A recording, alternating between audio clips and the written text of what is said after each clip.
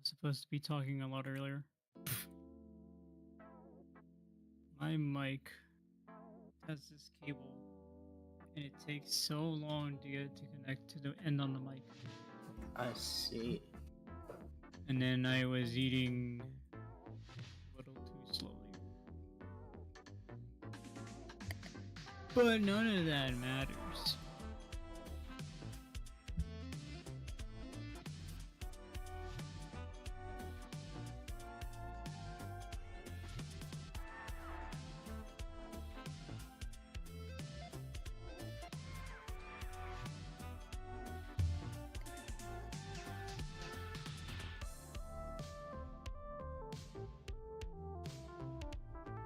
So, how are you doing? I'm doing pretty well. How about you?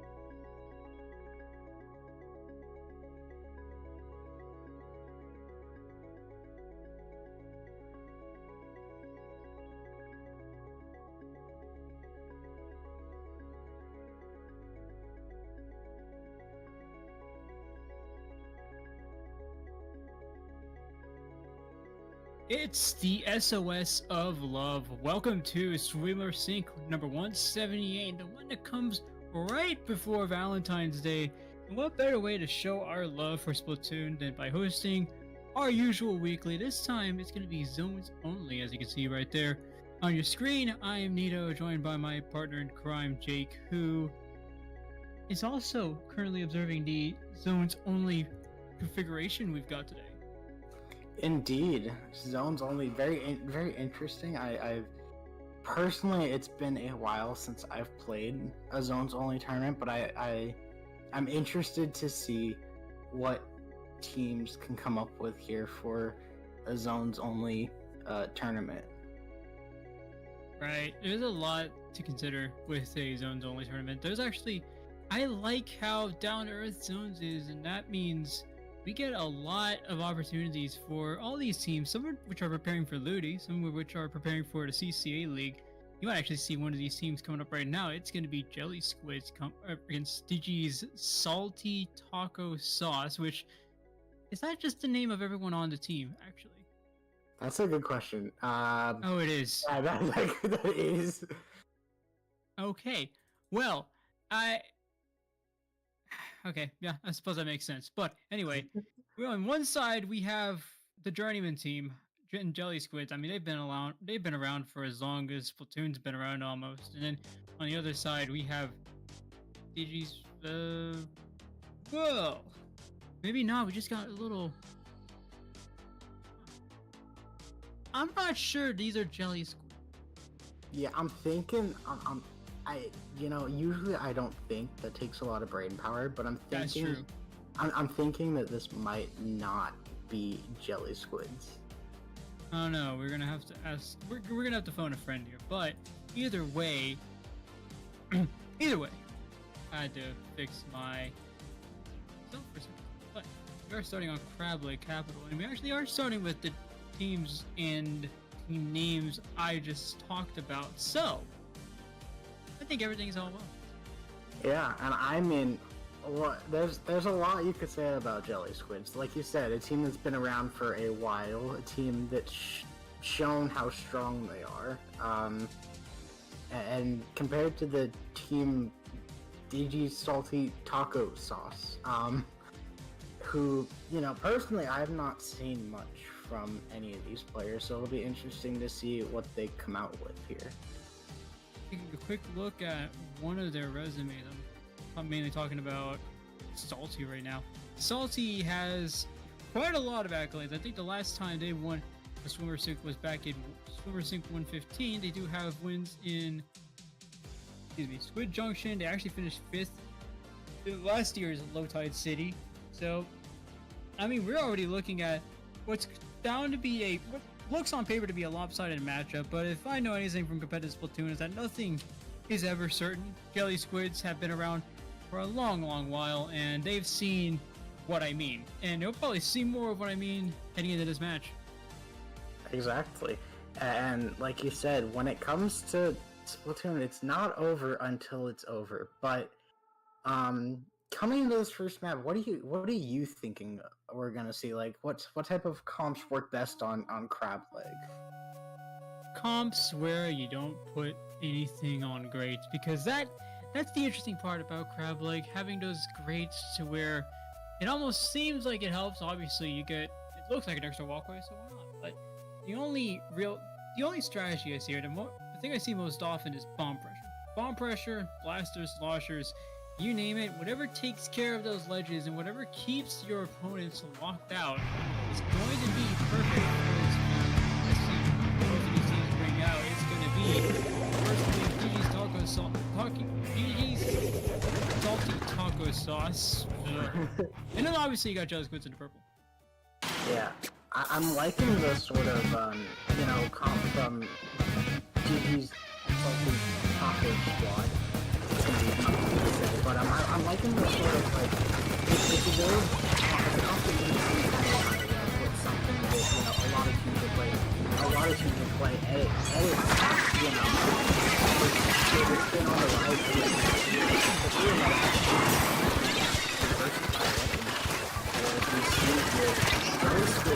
having issues already.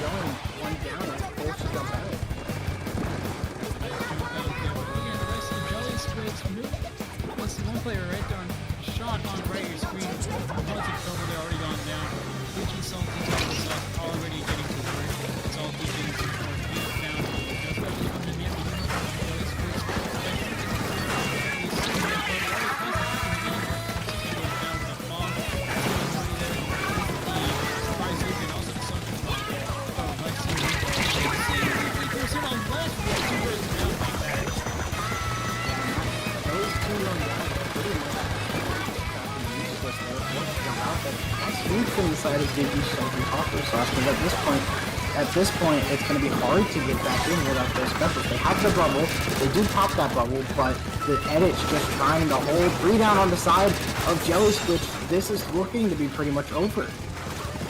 And over it is. We have got a KO on our first game of the stream here, which will bring DG Salty Taco Sauce to 1-0 against Jelly Squids. Now, I mean, it is best of 3, so we're already at match point here, but judging from what we saw from this first match, it's looking to be a lock here for Digi Salty Taco Sauce. Yeah, it's the big thing I saw there was sort of just Jelly Squids were kind of trying to play towards their specials and push in with their specials, but the issue is that when one of their specials doesn't hit, they kind of expected it to hit. So they pushed in, and they pushed in right into a trap play from the side of Digi Salty Taco Sauce there. You saw the splash playing under those grates.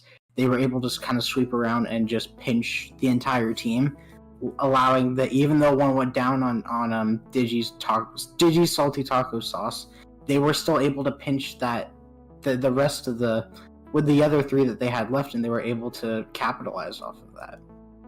Right, and one thing I always see when it comes to games like this, because I used to be in games like this, thinking about days when I was still playing in low ink, where I would face a much higher level opponent, and it's almost interesting to me now that I'm seeing what's going on here. It's just that these high level teams are so good at isolating your opponents and making sure that nothing comes out of whatever you're trying to pull with these specials, and that you're always staggered and you're always struggling to get something together. So I wouldn't call Jelly Squids a lower level team. I know that they actually had the right idea with these specials here, trying to get themselves in and using that leverage to get themselves further, but ultimately Digi Salty Taco Sauce able to pull things together there. As we go to game 2 here, Splat Zones on Barnacle and Dime. A few less ledges here, but I don't suspect any changes to the comp. We'll see soon. I mean, yeah, I would think the same way. I don't really see any changes to the comps. This is a very lockout heavy map. So maybe something favoring towards trying to get a quick lockout here. As we get into it, no change on the side of Digi's Salty Taco Sauce. Jeez. But however, Jelly Squids are switching from that Hydra splatling to the heavy splatling. And we see one player fall off at the bottom of the screen there, which is an interesting way to start the match. I'm sure there's gotta be surely this is a strategic plan, I'm sure. I do this all the time. It's the secret dying tech, as you die and you get your special for free. It's like a cheat code. Of course, but unfortunately this cheat code not working too well for Digi Salty Taco Sauce. In fact, it's Jelly Squids now holding a lockout position. Look at how far it passes zone they are. They've already got 2 people established on this stack, which is very useful here on Barnacle and Dime. But we already see the zip casts are starting to come out. We see the special starting to come out. Here are the strikes. What can Digi Salty Taco Sauce pull off with this? Another pick there for the heavy splatling on Jelly Squids. Salty credited with that pick, and they might actually be able to retake the zone here. It's almost there. They still have somebody painting the zone for Jelly Squids. Actually going 1 player down, 2 players down. Jelly Squids with the turnaround here, able to recap zone. This is huge. We're already down to 25 remaining, and Digi Salty Taco Sauce going to be in a very different position than earlier. Yeah, that's a huge pick from that Kraken there. That's pretty much gonna, honestly, that Kraken pick here probably will seal the deal here. Is that ticks down, they're able to neutralize them. They're able to barely cap it, and they get 2 down on the side of Jelly Squids. Allowing the 2 Slayer weapons to push up. The bucket's doing really well. They got the cooler out. This is seeming to be a pretty solid push from the side of Digi Salty Taco Sauce, even with 1 going down here. Wow, that was scary for Digi Salty Taco Sauce, a team that came in looking fairly modest here going into the first game, but game 2 now, they are almost in the opposite position. They're handling themselves fairly well here. They already have 50 remaining. They do go 2 players down. Demo Law trying to escape out of that Kraken, but Sauce catches him right before they able to pull off anything. But Jelly Squid's able to retake zone here. Kennedy watching out for Sauce. That's going to be important. Sauce is going to be very deadly. They can get themselves past these 3 players, but they're going to jump out here. 4 ticks remaining of huge penalties to get through here, but Jelly Squid's back in position for the time being. And as I say that, we can see a few players going down. Digi Salty Taco Sauce takes control.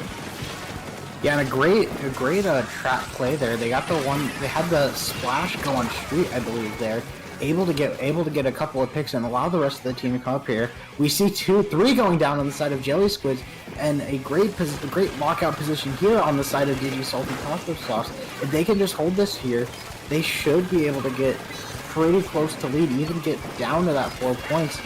But they'll have to deal with the Kraken, they'll have to deal with all the other specials. However, 2 going down on Jelly Squids again means it's a more favorable spot here for Digi Salty Taco Sauce.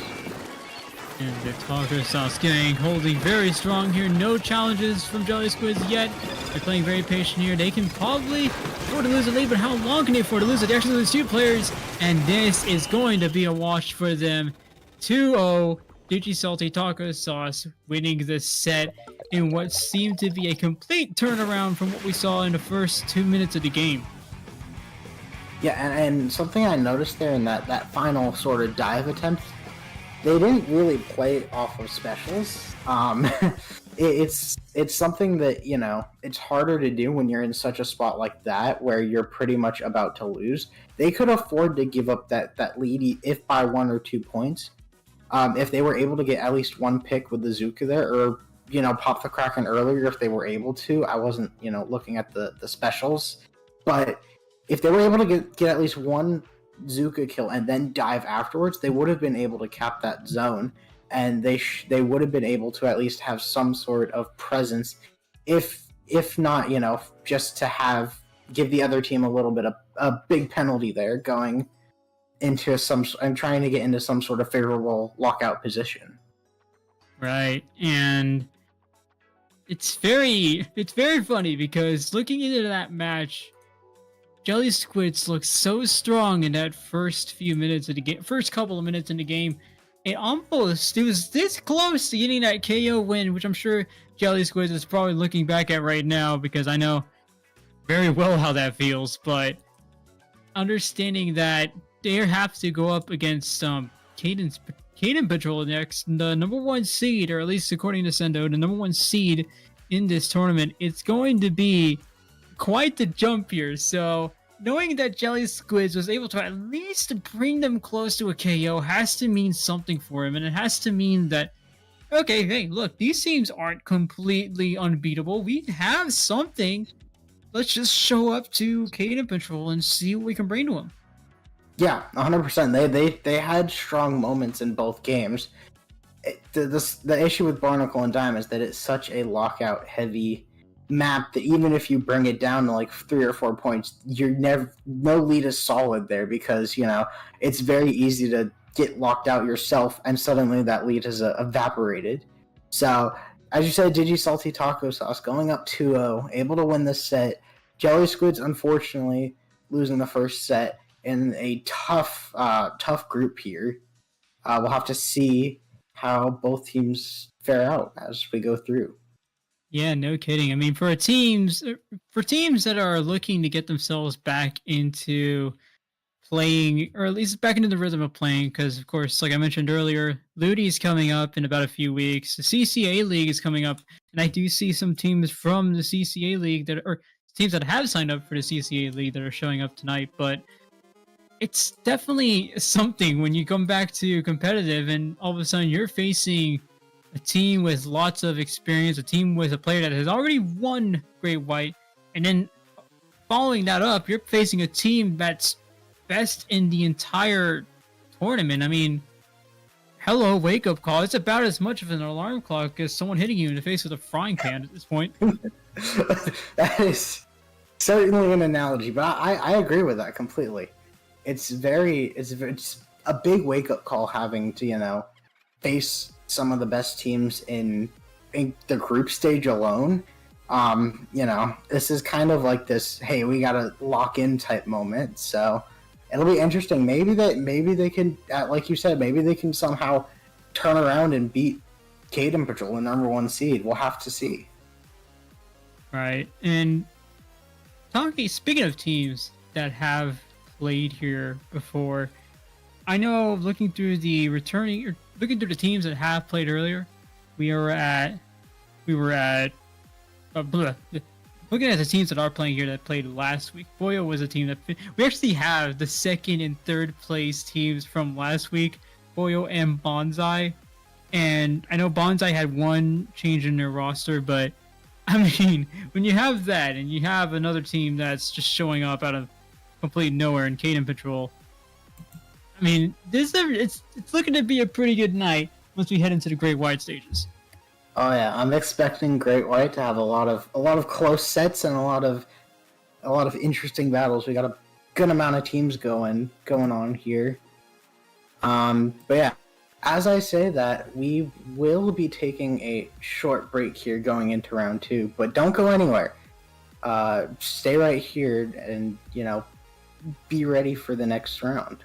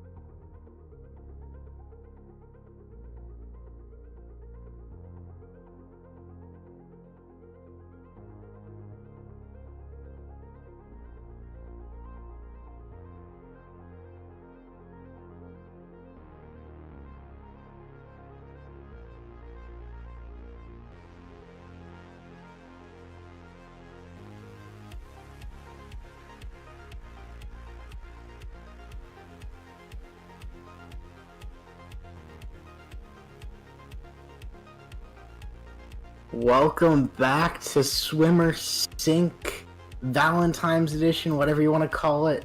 Welcome back to Swimmer Sync 178. Next up here, our next match, round 2, we've got Moonshine versus Star Guardians of Chaos.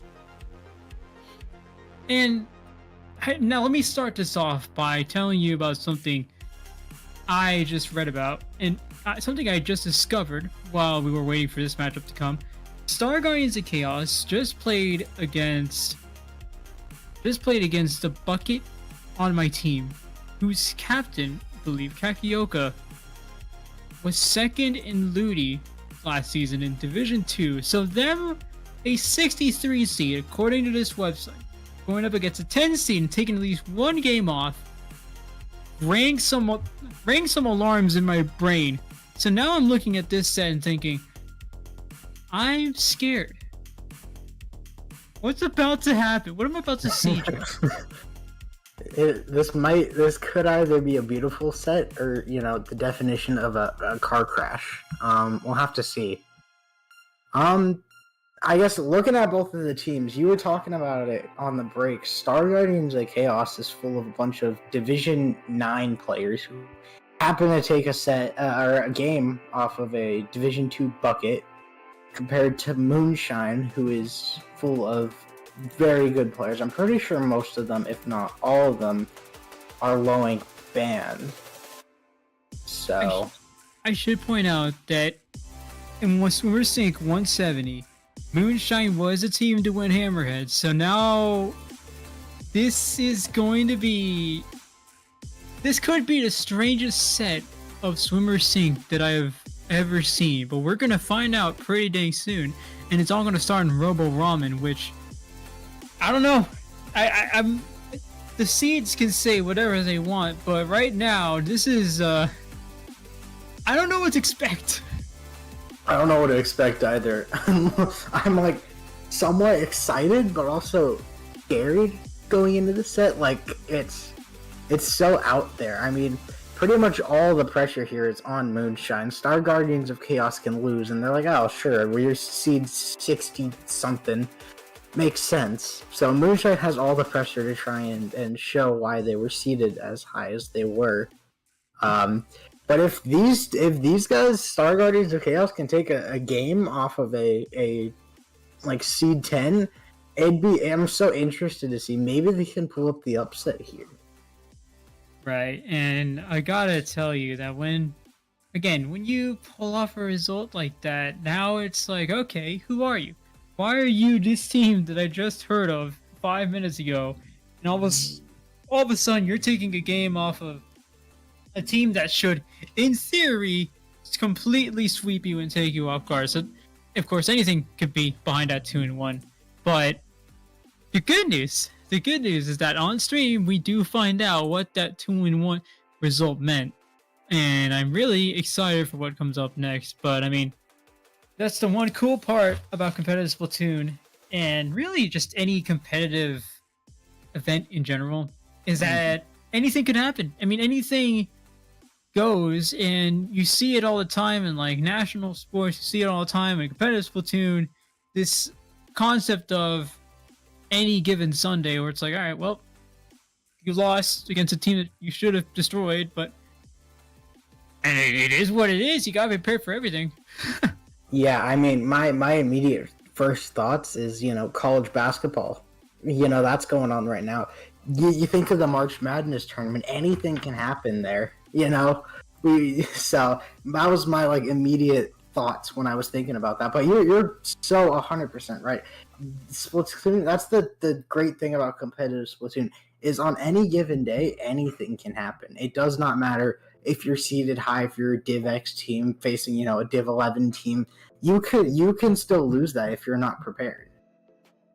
Right, and well, that's just something we're gonna have to wait and see as we get news that both teams are currently picking weapons, split zones on Robo Ramen.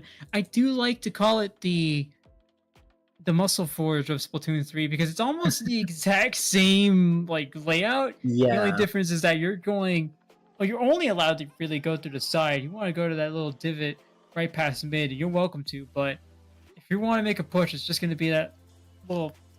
I hate to say Tetris piece, but this game's about to prove me wrong by showing me the overhead view. Alright, let's see what they're pulling out with. We got a Machine Junior Pen. And we've got a Wiper, a V-Pro. That is something you don't see every day. A V-Pro coming out from the side of Star Guardians of Chaos. Okay, alright. I like the V-Pro pick, because if you're playing fast-paced comps like you usually will in competitive Splatoon, you are probably going to need something that, to play it safe, you want to get something with more range, as we see Moonshine here take control of the zone, take first dibs at the zone, took about 20 seconds, now we're getting things going. The nice little bomb pick there from Splatoon with the Junior. Star Guardians of Chaos, nothing to back that up, or nothing to counter that yet. They are still respawning, they have a few pushes to get through, and we're starting to see a few players go down. This is not what I was expecting, but it's Moonshine making it very clear that they're not here to let anything slip by. We're gonna get straight to work for the first few seconds. Yeah, and I mean, the big thing about those earlier kills, and that kill as well right there, if you see the heavy going down, is that's their specials going down. They don't have those specials too. We see the hammer coming out, able to get one. They did get the crab back thanks to, I believe, the cooler. They're going to be able to use that, but that crab is placed very far back. They're going to have to really try and push up with it, but they don't have the players to push up with it anymore. It's just the shot and the V-Pro and the pen. And with the shot going down, that puts all the pressure on that V-Pro that you were talking about earlier, which does not have that good of paint. However, are able to cap that zone. If for a little bit here, the shot's able to push up, able to almost get one. No, unfortunately not. And the Zuka coming out from the machine is going to probably hit that zone. Risky attack there from the shot, and Star Guardians of Chaos proves to be a bit too risky there as Moonshine retakes control of the zone. You have some penalty points to go through, but with Moonshine doing so well and keeping the zone under control, it doesn't seem like it's going to change anytime soon, especially with how far up they are. Star Guardians of Chaos, nothing to respond with here as the Zipcaster nearly takes out Crease there from Star Guardians of Chaos, but two players going down. This should be a zone retake with a little bit of both of those players having to share that space there, but they should be able to retake this zone fairly soon here. Still being contested actually by Moonshine, but does it turn around? No, it doesn't. No, Star Guardians Moonshine still holding on to control. And here comes the hammer there trying to change things for Star Guardians, but nothing there. Still Moonshine holds on to the zone and takes game one. Yeah, and I mean, for that one, it was just kind of their main painters just kept going down. You know, as good as V-Pro is, it has a decent kit with the crowd and stuff. Doesn't paint as well as other weapons, so if it's only like, say, the V-Pro and the pen up, you can't really paint as well as a junior, a machine, and a pen. So it was all about they really needed that shot. Specifically, I think the shot had the most paint there. They had to get that shot going on painting the zone and then taking fights afterwards, because in that situation I would rather have the zone have objective when the points are ticking down. You're so close to getting that zone instead of taking fights. I understand taking the fights to try and get control, but if you lose those 1v1 fights, then suddenly your team is at a huge disadvantage, and they only had 5 points left, so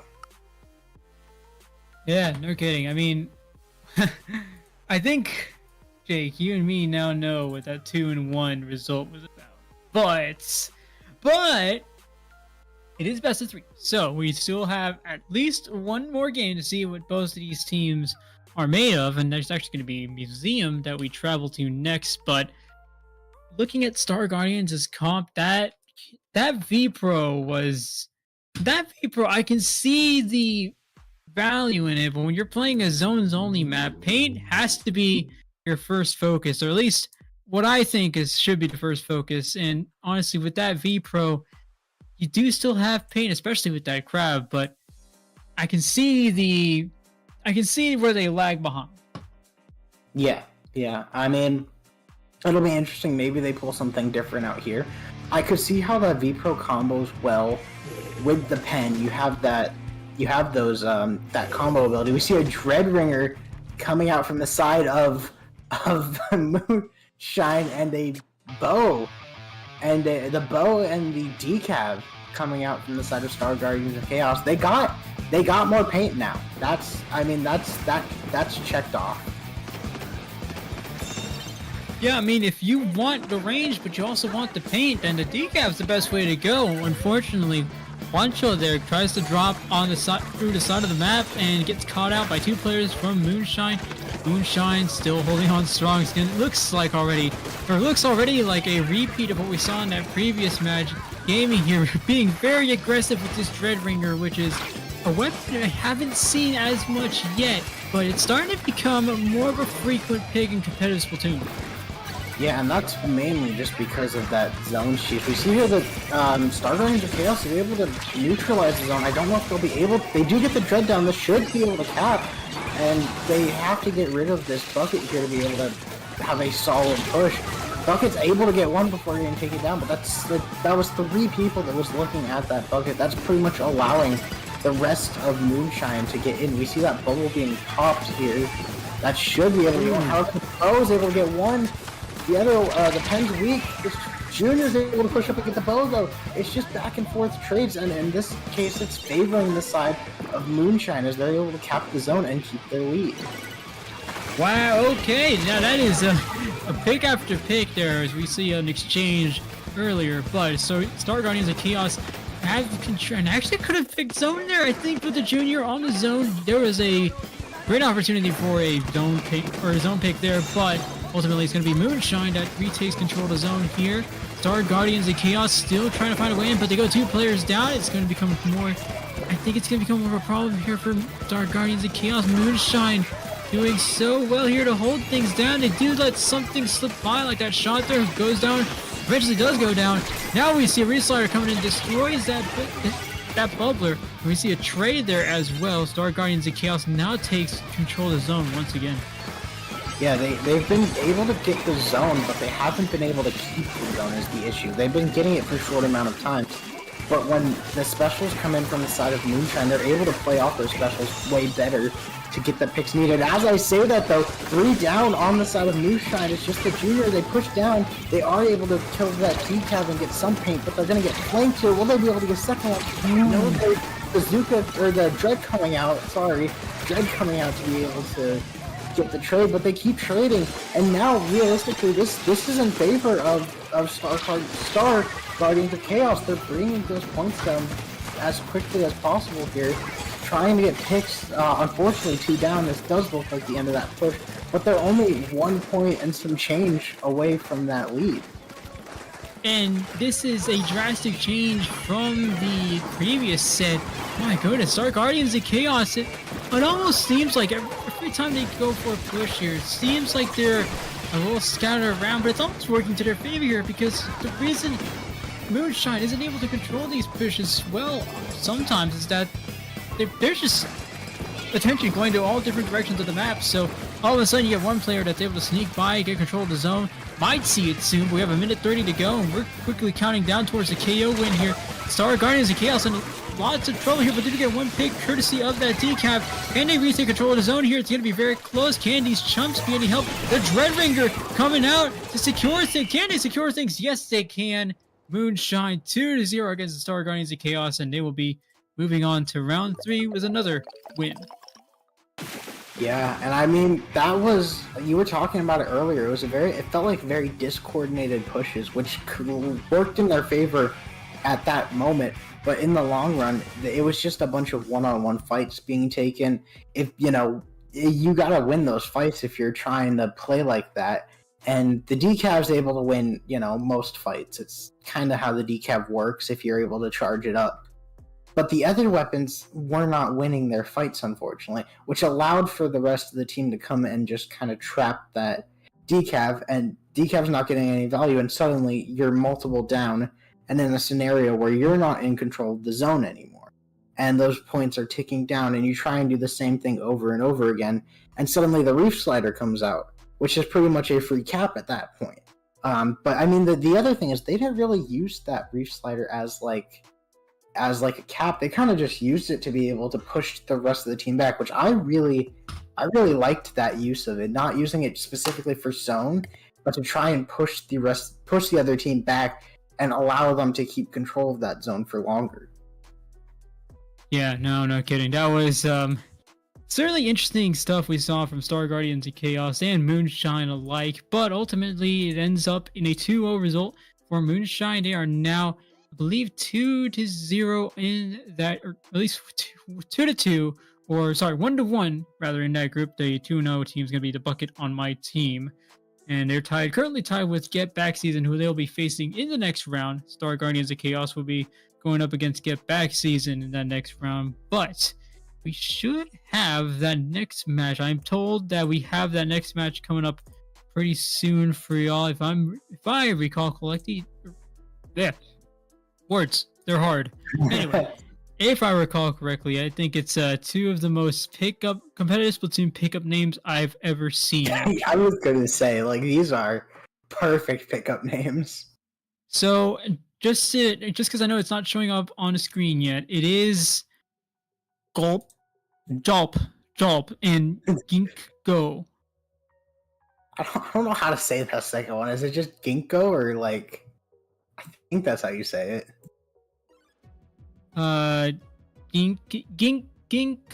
glnkgo and Jolp, which I should add. It won't show up on the screen anyway, but on Sendo, Jolp's image is I think smiling Jolteon.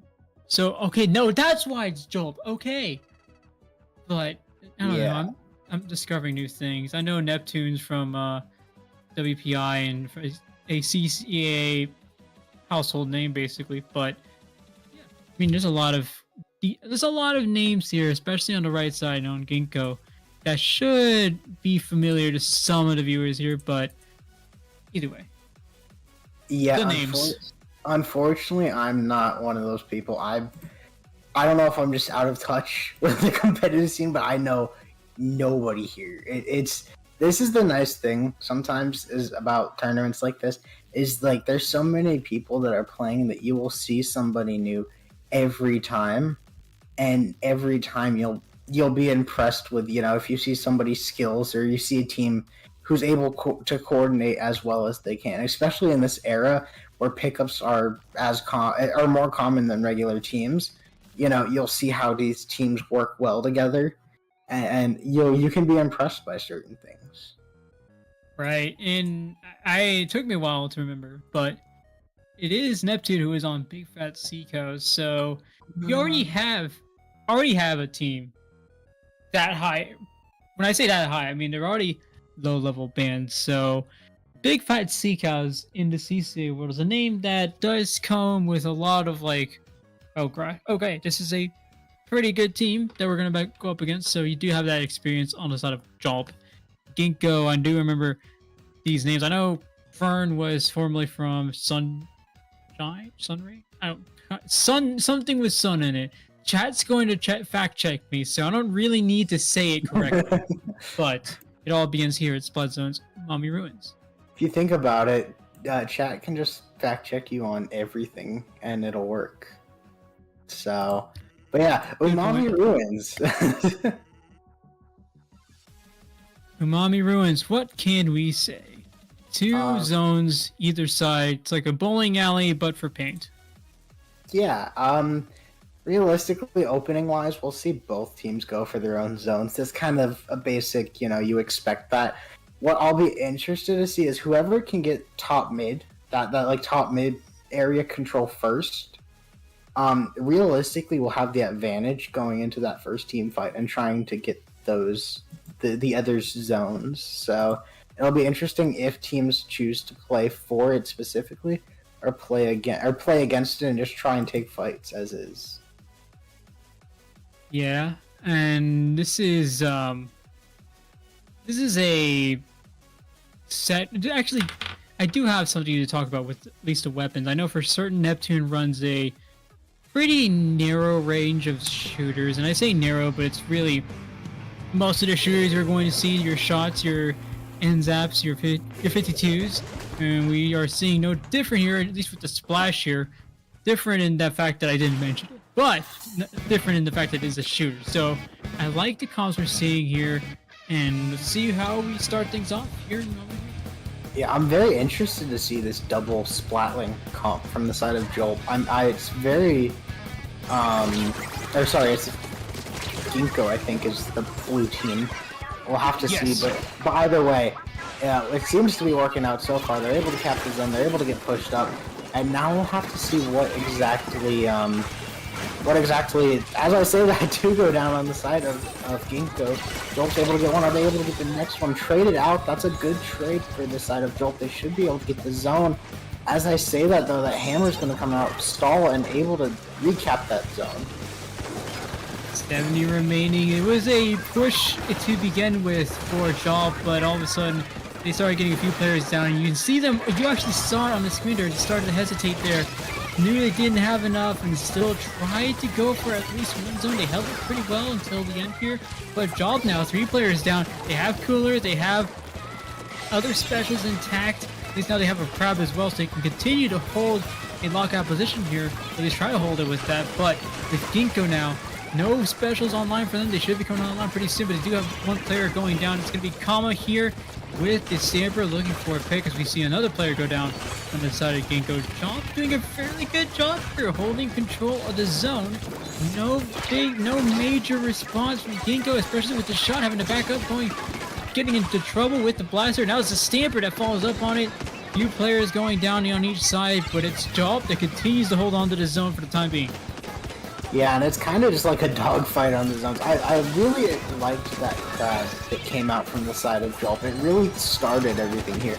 They were able to use that crab to push the frontliners in and take space. As we see another good crab on the side of Jolp, able to really push the rest of the team back and allow their frontliners to take even more space here. Unfortunately, they weren't able to do anything with it, and the crab does, or the Stamper does go down. 2 going down now on the side of Jolp. Evan Star here trying their hardest to be able to, just keep the zone, unable to. The hammer's coming out, trying to get something, not going to get anything unless they're able to get a throw here. No, unfortunately. But that should be enough space made where the rest of the team here can push up and try and lock out here. glnkgo holding on strong here. We have one player who's going. What? Okay, that is a Kraken cancel from Fern with the Nautilus. That is impressive work there as they do go down eventually. A trade going on both sides here. You see 2 players, 1 player going down on each side.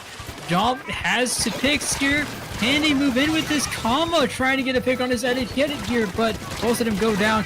Neptune and Ferb, Neptune and Fox actually able to pick off that one player from glnkgo as we see Jolp now returning to the positions they were in earlier.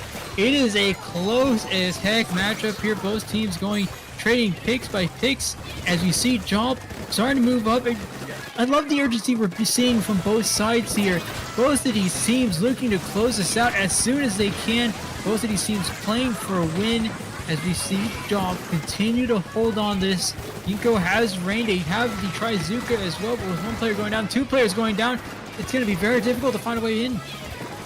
Yeah, they needed that Zuka to get any sort of value to be able to do anything. Zuka was unable to get any value. They are pushing him. They are able to get 2 actually, leaving just the Stamper and the Splash. Splash going down. They should be able to cap this here.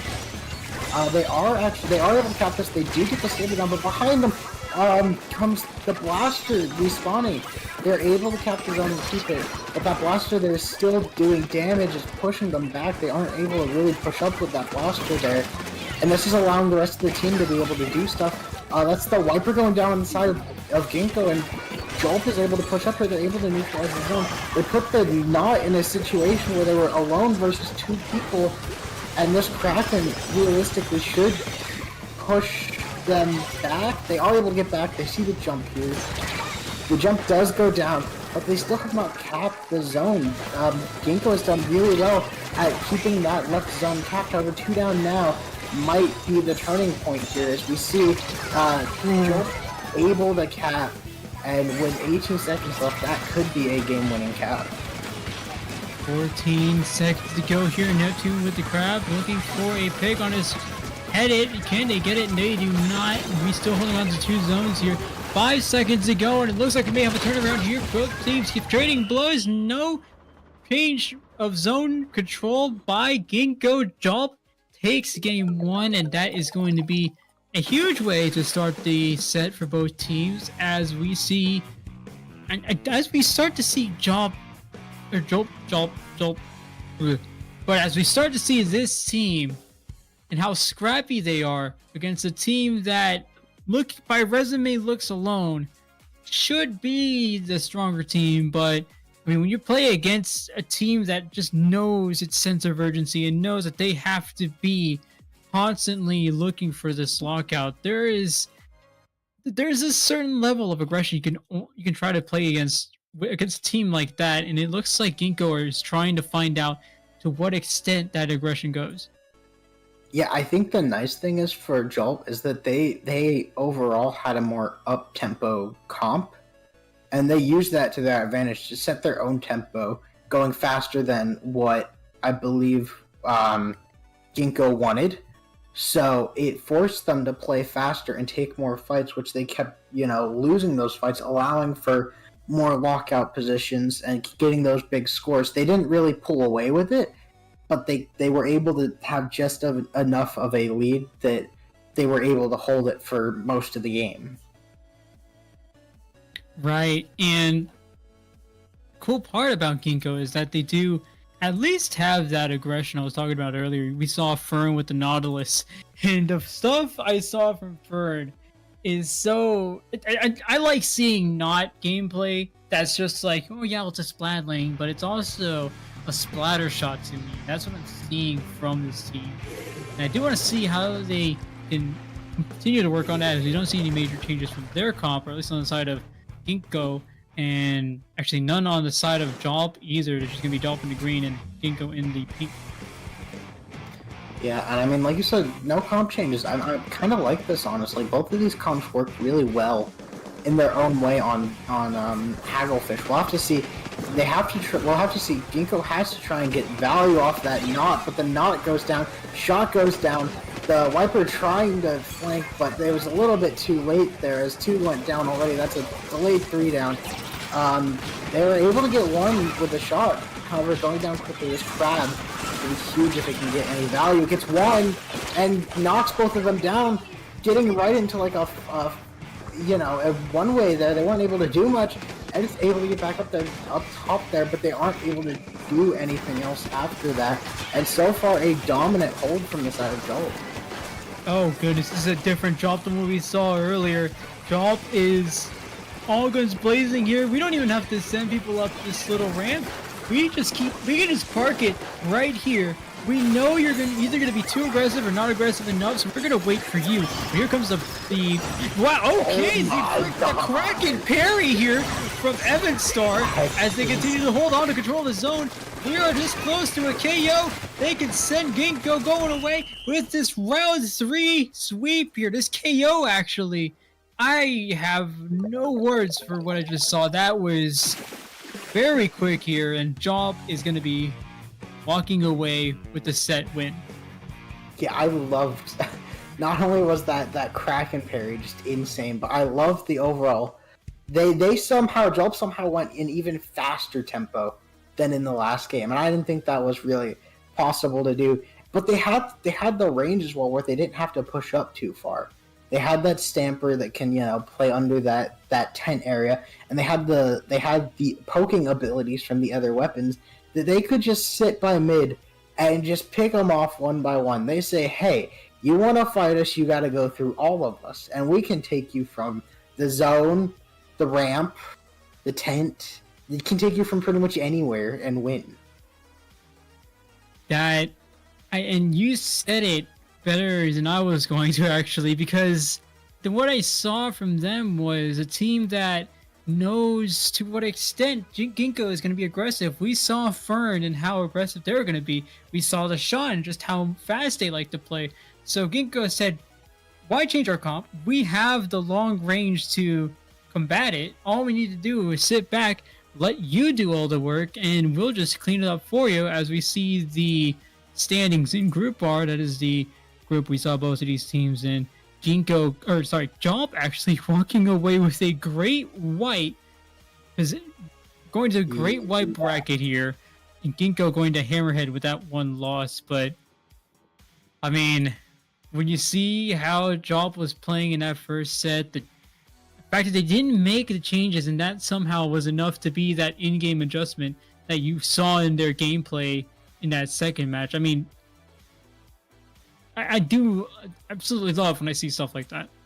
Yeah, and another thing I was thinking about there, I liked about that comp, is how versatile it is. We talked about them playing up-tempo, but at the same time, they can also play back and play safe as well. And they still have that range to have pressure. It's such a versatile comp where you can play on any point of the map and have value.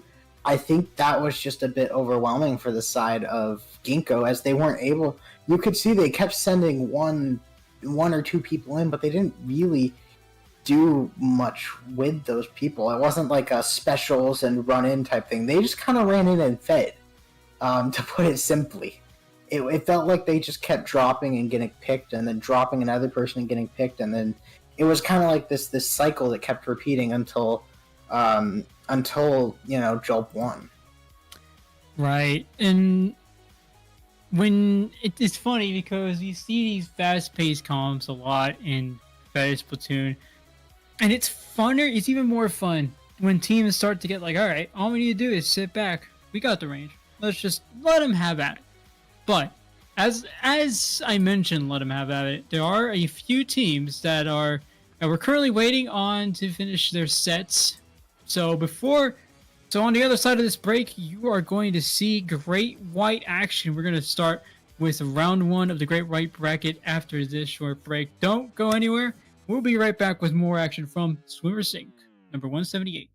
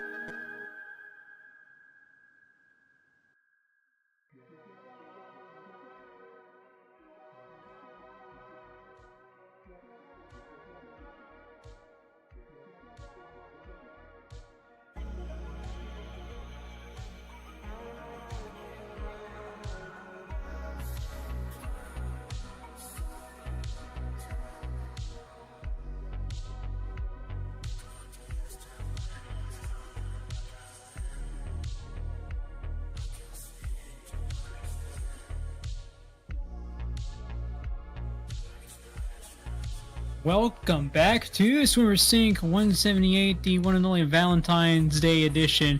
Happy early Valentine's Day for those who celebrate. If you don't, Tinder's free. Yo, Anyway, that's fire. but we are going to start off our great white bracket action with one and only Octo𝝅 versus Kagekoi. If you're just joining us, I'm Nito. Alongside me is my partner in crime for tonight, Jake. And from both of these teams, it's funny.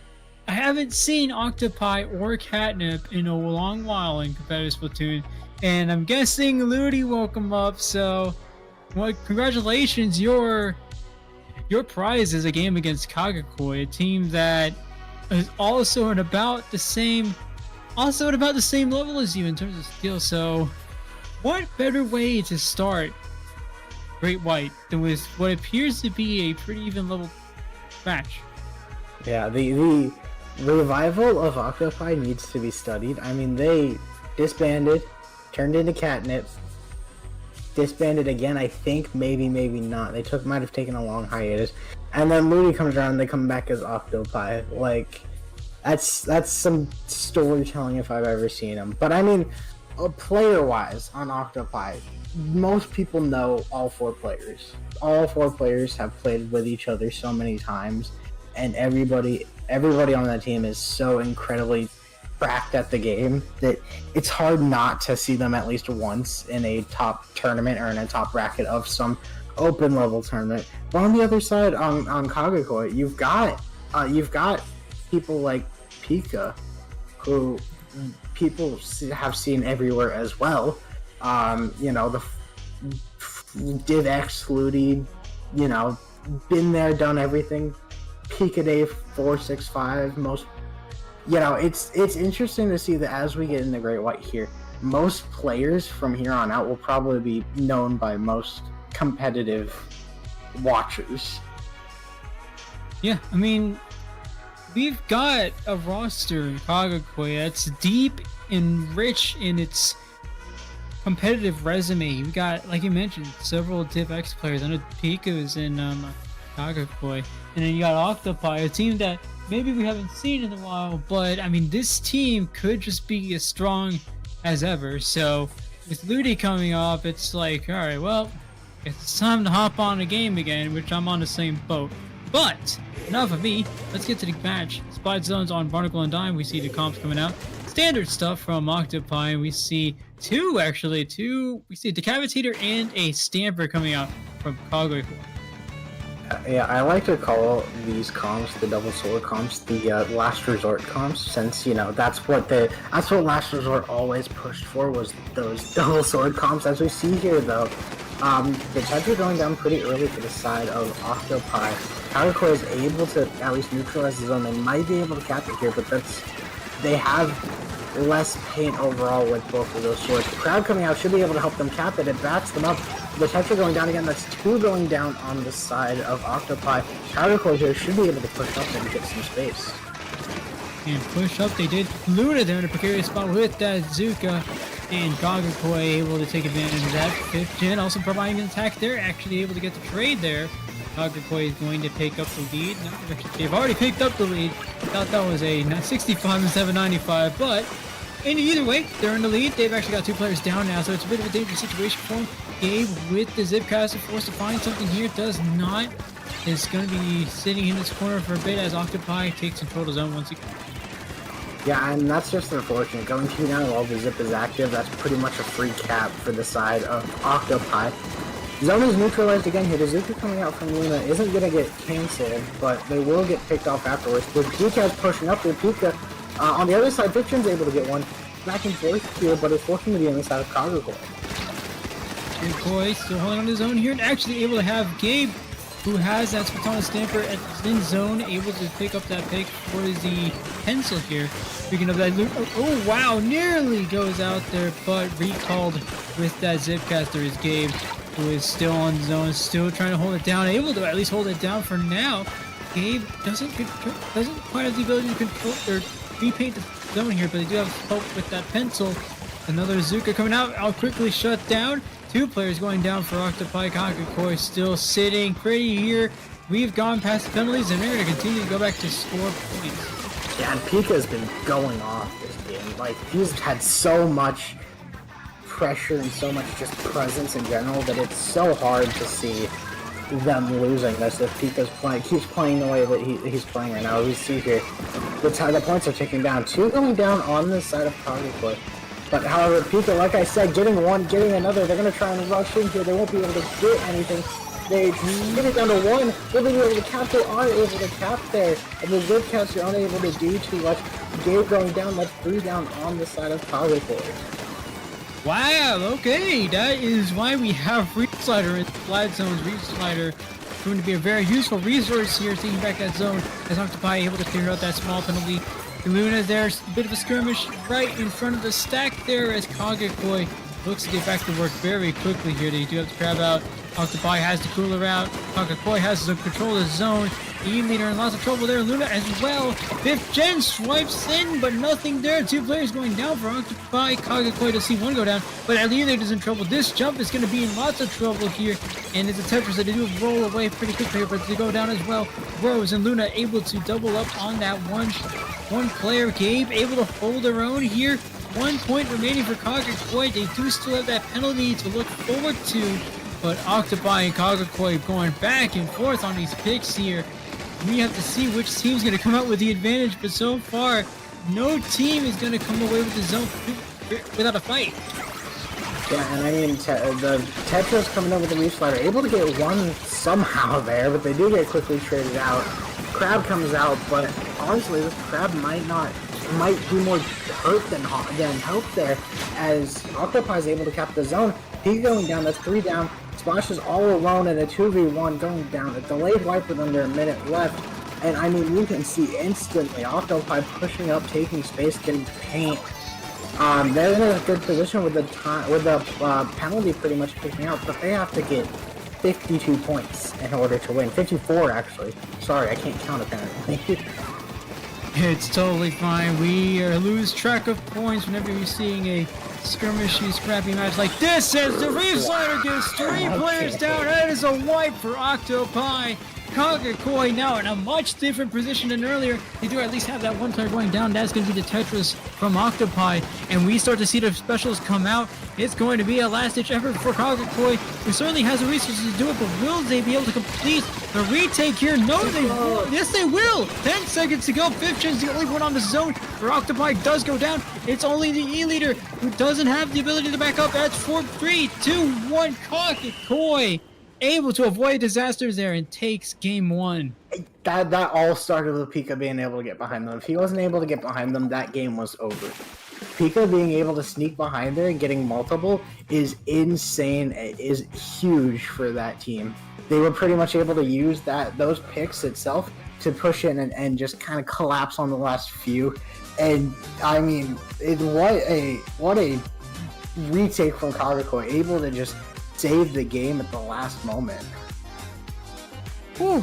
Okay, well, it's a shame this is only best of 3. You're getting into round 2 of Great White, because this game was as scrappy as we've seen all day in our commentary block, and it's already going to be game point for Kagekoi, Octo𝝅 on the losing end of this set so far. But I mean, back and forth, it seemed like we almost forgot, just from what you saw on the stream, it almost seemed like there was completely forgetting about the objective, and let's just see how many picks can we get and how much can we just survive. It almost turned into team deathmatch rather than Splat Zones. Yeah, and I mean, the nice thing is this is only game 1. Personally, if it were me, I'd make this a best of 5. But you know, I'm not the TO here. I'm just the commentator. I kind of just have to cast these games. Hopefully, we can see that game 3. But I mean, you were 100% right. That felt like a back and forth dogfight. It was like no team really had a true advantage until Kagekoi was able to start that semi-lockout. And I say semi because, you know, if they were fully locked out, I feel like that game would have been over. but they just had that little. They made very minor mistakes that a team like Octo𝝅 is able to capitalize off of that, and they really did, getting it all the way down to 5 points before Pika with the clutch flank. They're able to get 2 or 3. We get into Zone's Robo Ramen here. I'm not really expecting many changes besides a machine and the ZNF charger. I'm pretty sure that's the same comp on the side of Kagekoi, but interesting changes on the side of Octo𝝅. All right. Octo𝝅 opting for the Tri Strikes, and we got from the Neo Splatling. So what this means is that they're going to try to get themselves in. I mean, they probably I saw them struggling with the as I say that. You know what? They're struggling with the bomb. That suction bomb just took out 2 players from Octo𝝅. So forget everything I said. Kagekoi just said, we'll put a suction bomb somewhere outside of zone, and we'll just take out Octo𝝅. But I mean, these 2 specials are going to give Octo𝝅 another ability or another chance and some help in getting back into zone. I mean, now you have that price strike, and now you have this reef slider coming in. Almost takes care, and does finish up the pencil on the side of Kagekoi. Octo𝝅 able to take control of the zone here. Yes, they do, but changes to consider here from Octo𝝅. Kagekoi still providing the fight. So interesting how they pretty much switched sides with 5th gen towards the Kagekoi's side, and then you had Pika towards the Octo𝝅 side there. Zone going back in the favor of Kagekoi, however, Stamper going down quickly. These strikes coming out will be pretty big for pushing up. They were able to get that crab down and out of the way, but that splash is still there. 1 going down, 2 going down on the side of Kagekoi. The Zuka coming out, trying to get the... They do get that pen. Took of it, but they got it. Leaving just the Stamper alone, forced to back up, forced to jump out, and Octo𝝅 finally having that first real setup that they've been looking for this entire game. Right, now Octo𝝅 has the picks as well to at least back this up. Octo𝝅 currently looking at getting the lead here. It's almost certain, but I don't want to say anything too quickly because I know how it works. The commentator, but no, we see a pick here from the Charger, a quick one there on Pika from Kagekoi. Octo𝝅 now in the lead. They have at least a 10-point gap here. And now Kagekoi looking at the exact same spot Octo𝝅 was in earlier, but they rebound very quickly here. You see the attack, you almost blink and you miss it. Kagekoi proving to be very quick on the retake. Pika already moving very far up, does eventually back up with the decav, but my oh my, both of these teams proving to be very quick and picking these up very easily, and there's a wipeout as well. Yeah, and I mean, Kagekoi has been so good at being able to get Pika in the spots that they want to be in order to get picks quickly. And I mean, I would love to see the Pika KA at the end of this. I mean, he has been going off. This game and the last game, I mean, he had the clutch save. He was getting multiple TKs per fight. You're going to see here that with 11 points left, Kagekoi going 3 down. But Octo𝝅 is pushing up. They force the jump out. That's kind of a delayed wipe, pretty much. But I mean, they're able to push up. They take space so quickly, but realistically, as soon as Kagekoi gets specials here, they're going to push back in, and they're going to push back in hard. Now is Luna having a longer range option that still takes advantage of how she's able to play with the Trizuka. Octo𝝅 has some ranged options here, it's useful especially against a team like Kagekoi, but Kagekoi still finds a way to keep themselves in the game. They take control of the zone once again. It's Rose at the bottom of your screen there, and it's a bit of a fight with, it appears to be the Stamper does go down. 2 players going down for the side of Octo𝝅. Kagekoi looking as dominant as ever, despite the attack we see coming in from Octo𝝅, as we see another pick coming out from that pencil. My goodness, it seems like these snipers the Chargers are trying to one-up one another every time we see them on our screen. And for this one, it looks like Pika was able to get the better of that one, but Octo𝝅 ends up taking control of the zone here. Less than a minute to go, and Octo𝝅 needs to hold on to bring this set to a game 3. And that's the issue, is that from what I've seen, Octo𝝅 has been good at capping the zone. They've not really held it for much long. They've been getting these sort of short bursts of points that's gotten them down to this close spot. but there's never been a solid hold from them so far. We see the zap going down on the side of Octo𝝅. That's going to be huge because that's their cooler gone. They are going to have the strikes. One going down on the side of Kagekoi. Bazooka coming out, hopefully able to get one. They're going to be able to cap the zone, but Pika's behind them. They got to watch out for Pika. Don't know where he's coming from. I think they might still be back there. See Pika getting one. Pika might be able to get two here. No, gets traded out, but had enough attention. The two going down on the side of Octo𝝅 is going to be huge. Unless Fiction can get something done here. It's in overtime. The players are taking down. Fiction's able to get one. They get traded out. The Zips coming out, going down. Octo𝝅, two versus two here. Pika coming from behind, able to get both, and that should be it. Kagekoi able to win 2-0. And that sweep will bring him towards round 3. Octo𝝅, unfortunately, their Wednesday is going to end here, but Kagekoi, moving on, will be facing new information in the next round, but a 2-0 sweep is what we saw just now. That was a fight, almost fight to the death there, especially going into overtime. Octo𝝅 and Kagekoi, but Kagekoi, what you mentioned with Pika popping off in this one set, I mean, it almost seemed like Pika had as much camera time as anybody else, so that's really all I need to say. I mean, Pika was the star of this set. Yeah. We actually have a special treat for you all. We're gonna have another round 2 set here, actually. It's gonna be the number 1 seed Caden Patrol versus Spellbound plus Para. Not every day that you get to see 2 round 2 sets in one at one time here. It is going to be the double feature coming your way very shortly here. I mean, Caden Patrol, this is the team coming in with the number 1 seed according to Sendo.Inc. And looking at their roster, it's no surprise. I mean, we see henlo, a player that has won Great White 4 times. 4 times. At least we see from that competitive resume here. Got second in the zone. I mean, there is an impressive resume, not just from henlo, from all the players here.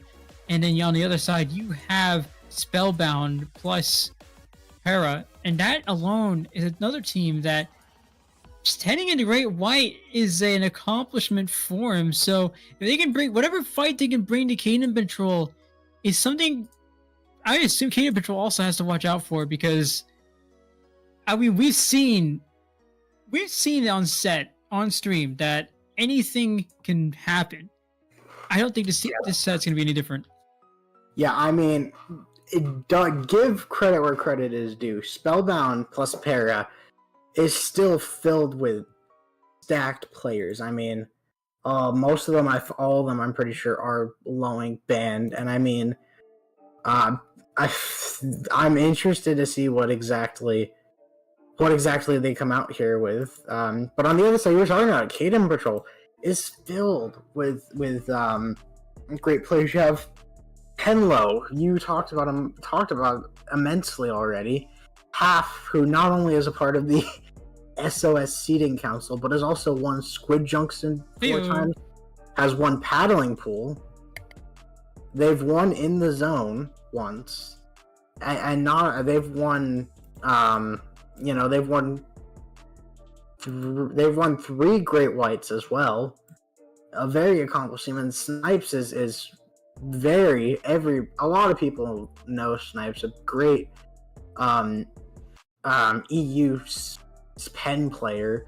Has won Triton 2 times, has won paddling 3 times, amongst many other different results. So it'll be interesting to see, 1, what they come out with, and 2, how this pickup works together in a way that shows that they're seed 1. Now, we do want to make sure for the rest of the audience, it is still round 2, so it is still best of 3. We will have that round 3 action after this set, but as for now, still round 3, still best of 3. So both of these teams will be giving us at least 2 games, and we will be starting once again on Barnacle and Dime. Now, enough can be said about both of these teams and their resumes here in competitive Splatoon, but ultimately it's going to be down to what we see in these sets. Knowing high-level teams, there is a tendency. I say tendency very lightly because any team that you see that plays high level is going to choose the weapons that work the best. So you might see the conventional pencil, the conventional shot, zap, maybe even I hope the decap. I'm growing. The decap is growing on me, at least in terms of competitive gameplay. I think it's growing on me, but I do want to see what both of these can come up with. Yeah, I've loved decap for a while. Ever since release, I've always thought it was an interesting weapon because, like, yes, it's strong in the right hands, but if it's in the wrong hands, it can be very detrimental. So a lot of people that play it have to at least have some game knowledge and just be good at the weapon in general to have success, because you can get punished very easily with that weapon if you miss a shot. But yeah, and then on the other side, I really don't know what to expect. I'm pretty sure Para plays Splash. But other than that, on I guess on Sendu, we'll have to see. We have Decav player, Blaster not, and then for Cupid's the backline cooler player. So we'll have to see what they kind of pull out together, since this isn't, it isn't just Spellbound, which, it puts a little bit of a fork in things, because you have to try and build around this new player coming in. Right, and I do also want to mention, as a bit of a fun fact, and also because it's slightly important to this game, I do see a tent on one of the players from Spellbound Para, so I like tent gameplay. I do like it, and I see a lot of it on the grillers, as far as I remember. But enough of that, we are going to go straight towards game 1 of this second round 2 set from the Great White Bracket. Caden Patrol in the orange, Spellbound Para in the blue, and it looks like a conventional startup from Caden Patrol. I do see a Slosher there. I actually see a Dreadringer, another one from Spellbound Para. Love to see these changes. Yeah, and I mean, like you said, both of these comps mostly are conventional. They're pretty much the same thing. It's just that the buckets are switched around. So this is kind of more, skill-based now, because you have to see which team is better at this comp. As we see here, Spellbound Para able to cap the zone. I mean, Caden Patrol is able to get a couple. We see the pen going down. It's going to be huge as the strikes come out. This decav is smart to back up, but got so much value instantly. As we see the crowd coming out from the side of Caden Patrol should be able to help them cap it here, as well as the 3 down on the side of Spellbound Para.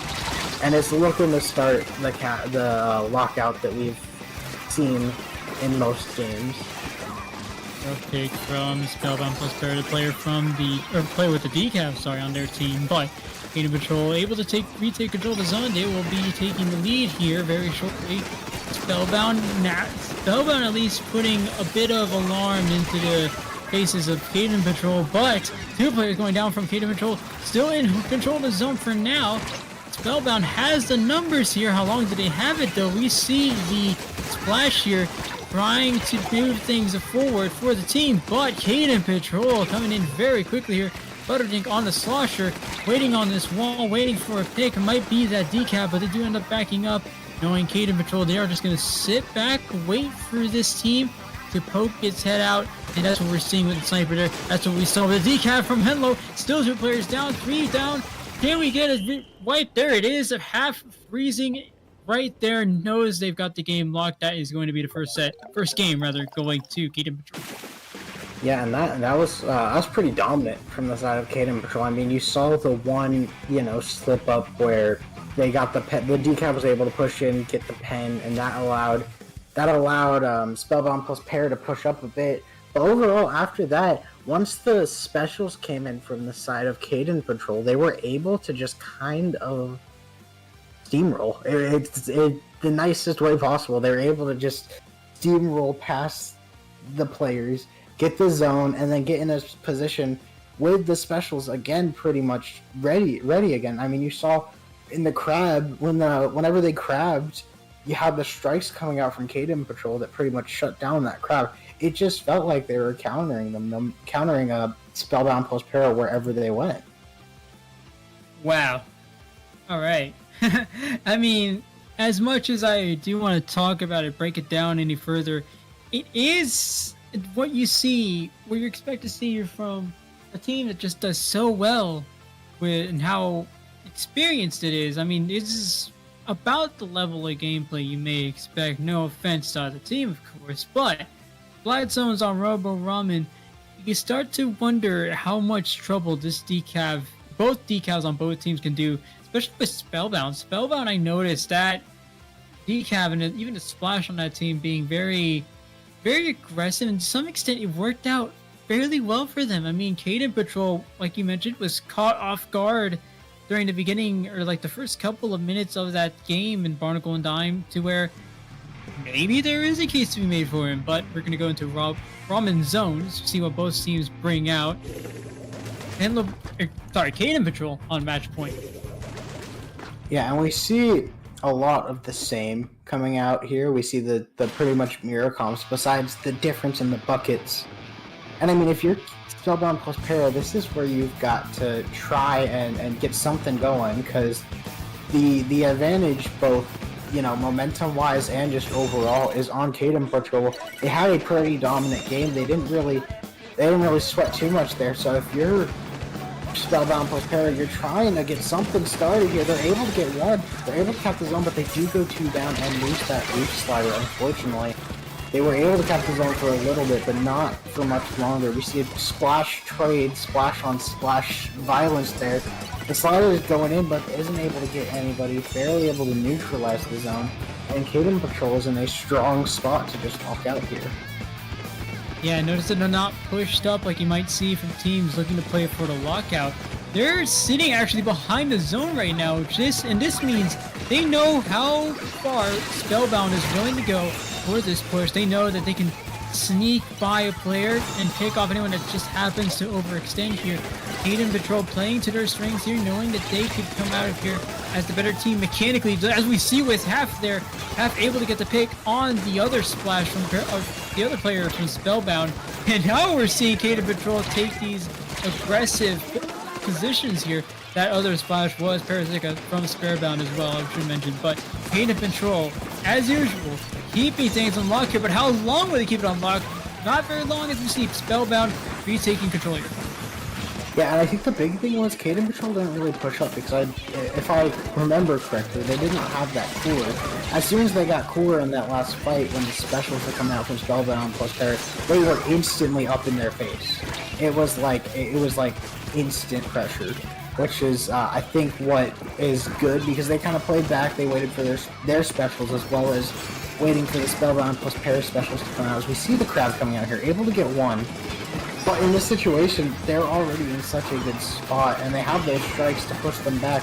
Able to, distance those strikes as well. The Slosh are able to go on, getting traded up, but that's 2 down on Spellbound plus Para. They don't have any specials besides that reach slider, but they need more than just the reach slider to do something here. Reach slider is not able to get anything. Able to cap, though, but not for long here. As we see, Caden Patrol is able to clean up the fights. However, they do not have zone. They should be getting it back here short, and they do here. But they've been winning pretty much every fight that they've been taking so far. And here's Parasitic, the splash from Spellbound. It's already going well behind enemy lines there. It would have almost seemed like what seemed like a overextension there. Ended up being fairly useful for Spellbound. It continues to be useful here for Spellbound. As we take control of the zone, there's still times when they're able to catch Caden Patrol by surprise here, having one player just completely slip in unnoticed. And I keep noticing, we noticed it in the first set, we're noticing it here as well, as they continue to fight for zone control. We see Parasega able to back up Hiccup there, who just came off the reef slider, but it's not enough. Hiccup goes down eventually. Now it's going to be the pencil from Caden Patrol in a bit of trouble, but instead we see the decaf go down. Caden Patrol still holding onto the players. They're actually able to get the pick on that decaf, even though the the bumper looked like it was going to be enough to cover that, but Caden Patrol able to retake zone here. Both teams playing very scrappy here as we head into the last minute of this game. Yeah, unfortunately, that decav you saw playing a bit too over-aggressive there, going out of their bubble and getting caught out. But I mean, that was a great push from the side of Spellbound Para. Yeah, they can replicate it here again. They should be able to get the lead. However, those strikes come out from behind. Another one, the bucket able to come from behind as well. We see here, though, they're able to actually deal with that pretty well. The bucket's going down. The decav is going down. They lose control of the zone, but they're not worried about that because they get it back right away and they have to crowd out. A bit of an early crowd, but if they can get value off of it, this will be huge. And Spellbound Para is in a very good spot here that they could take the lead with just under 35 seconds left. 30 seconds to go, and things are looking perilous for Caden Patrol, a team that looks so confident heading into these last few seconds, but now it's Spellbound that looks to be in a bit of trouble. They got 2 players down, 20 seconds to go. Half going in for the picks. Does get a pick on that pencil, seemingly in midair, but now 2 players going down, 10 seconds to go. Nothing there for Spellbound yet. Parasecond just goes off the screen, hoping to get something out of this. 5 seconds to go. 1 player going down. Andy retake control of his own. Michael goes down as well. That pencil almost goes down, but so does Spellbound, who Wednesday is also over. Caden Patrol sweeps Spellbound 2-0, moves on to round 3.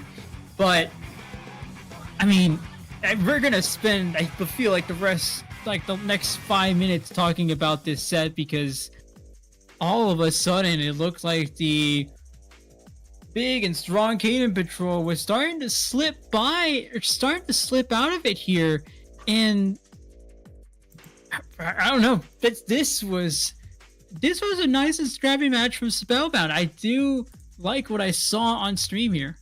Yeah, I was pleasantly surprised by Spellbound Para. I mean, mechanically, I've known that they're good, but I mean, against pretty much what you would call a super team pickup, it's, you know, you have to play with like no mistakes, and they were playing without making mistakes for a while there.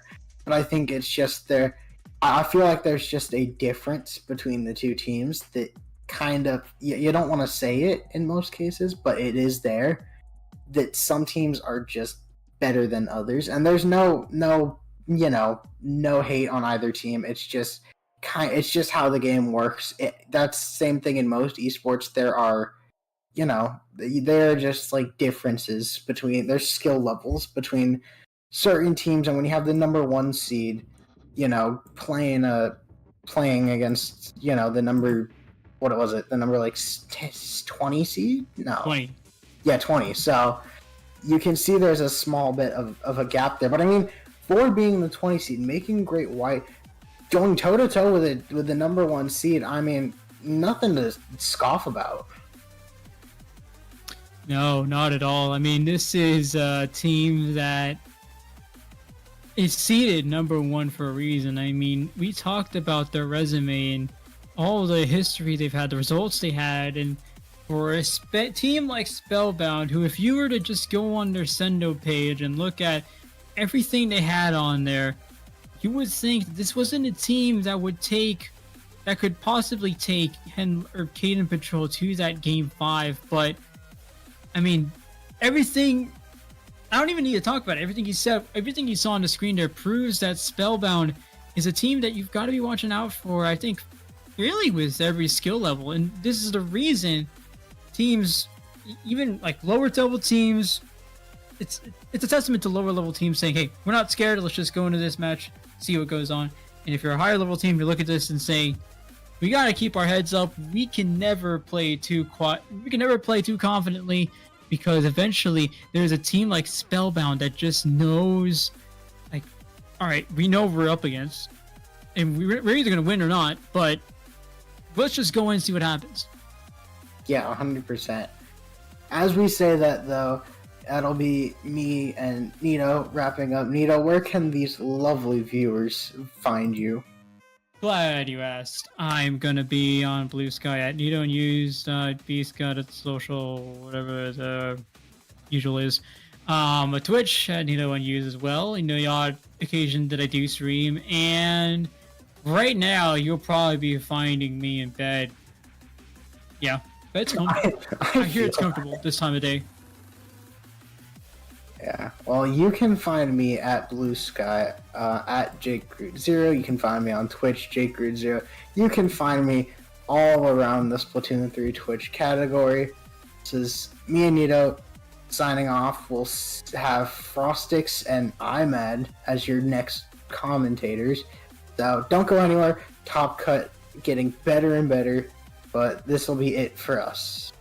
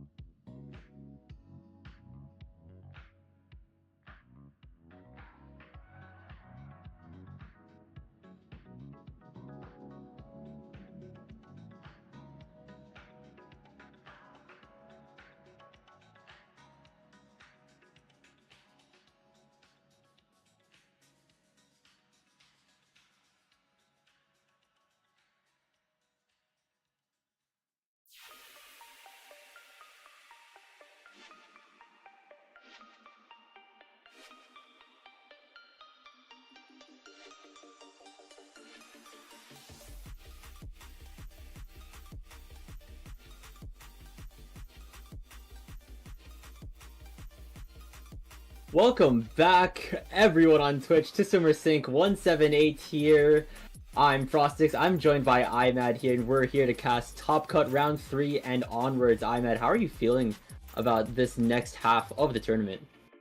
Oh, I'm feeling just fantastic, Frostix. It's been a heck of a ride so far. I heard that this SOS has been pretty darn stacked, and I feel like just the zones only has drawn out all the top SOS teams.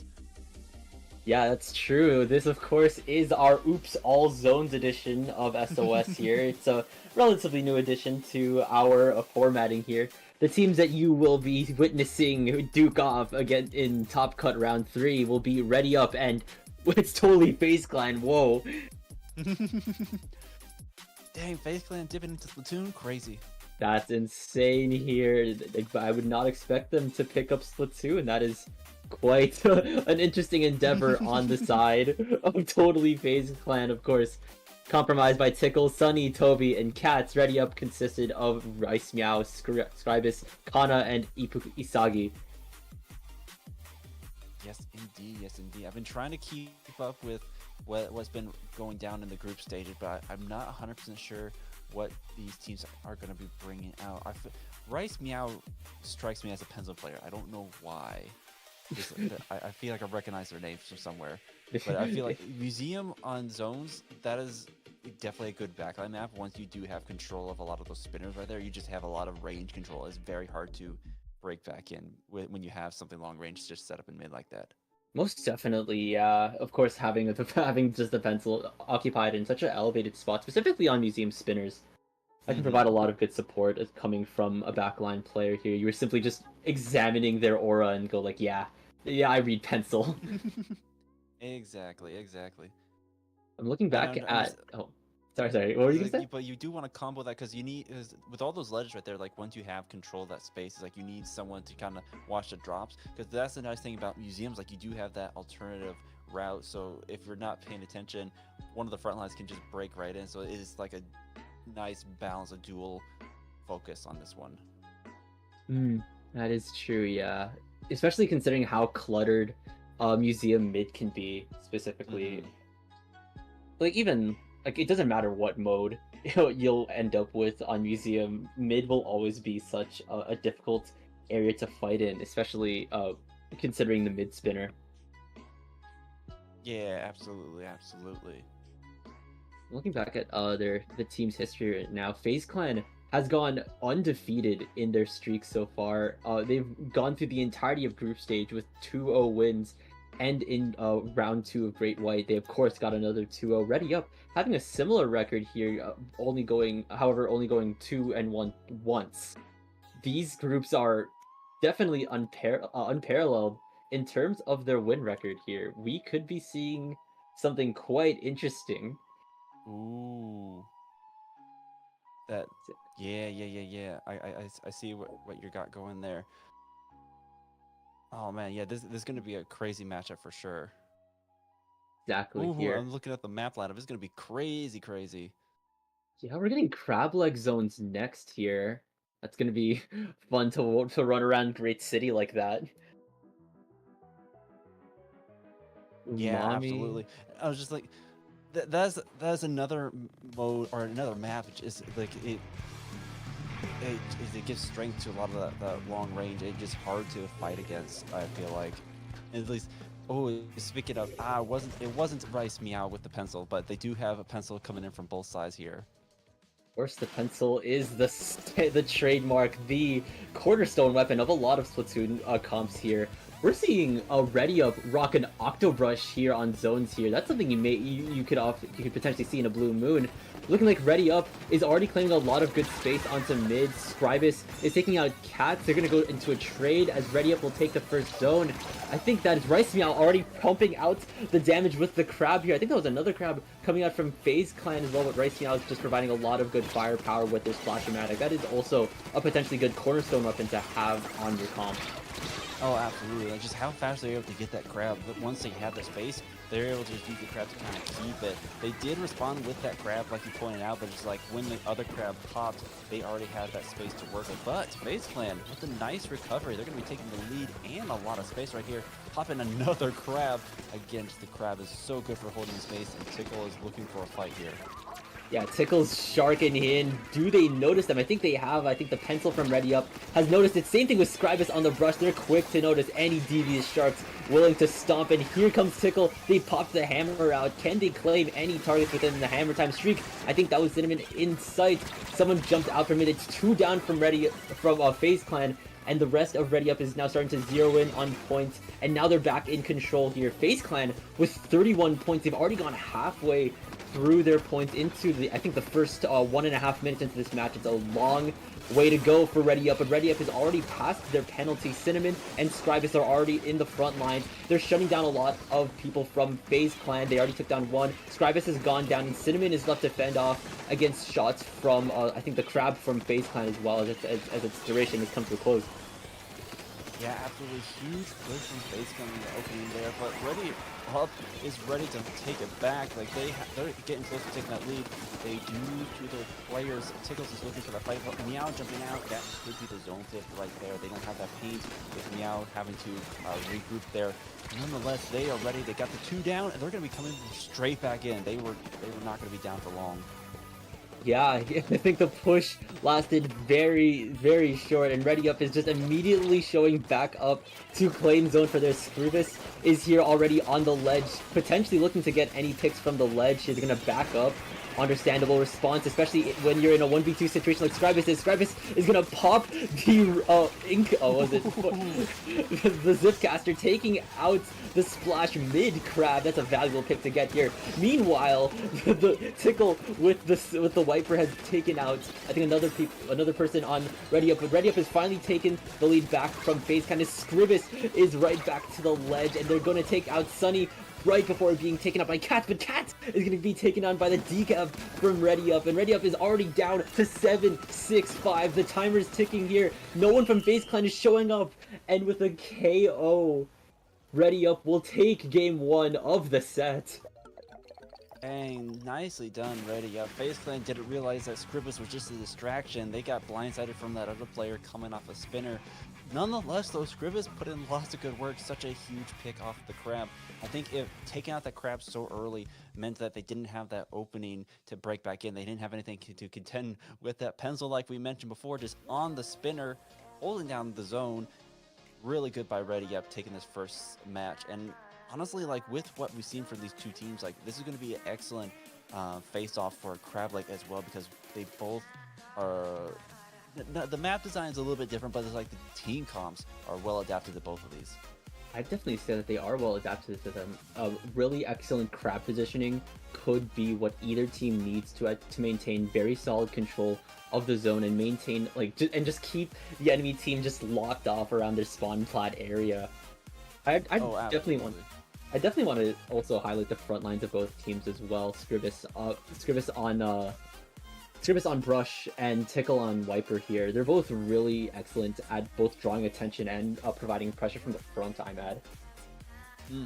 No, it's like we saw both the Scribus on the Brush and the Wiper, just like they were getting in the enemy's team's face. We saw Tickle, they saw that Zipcast come out, they just wanted to swat that out of the sky, like they were so ready for it.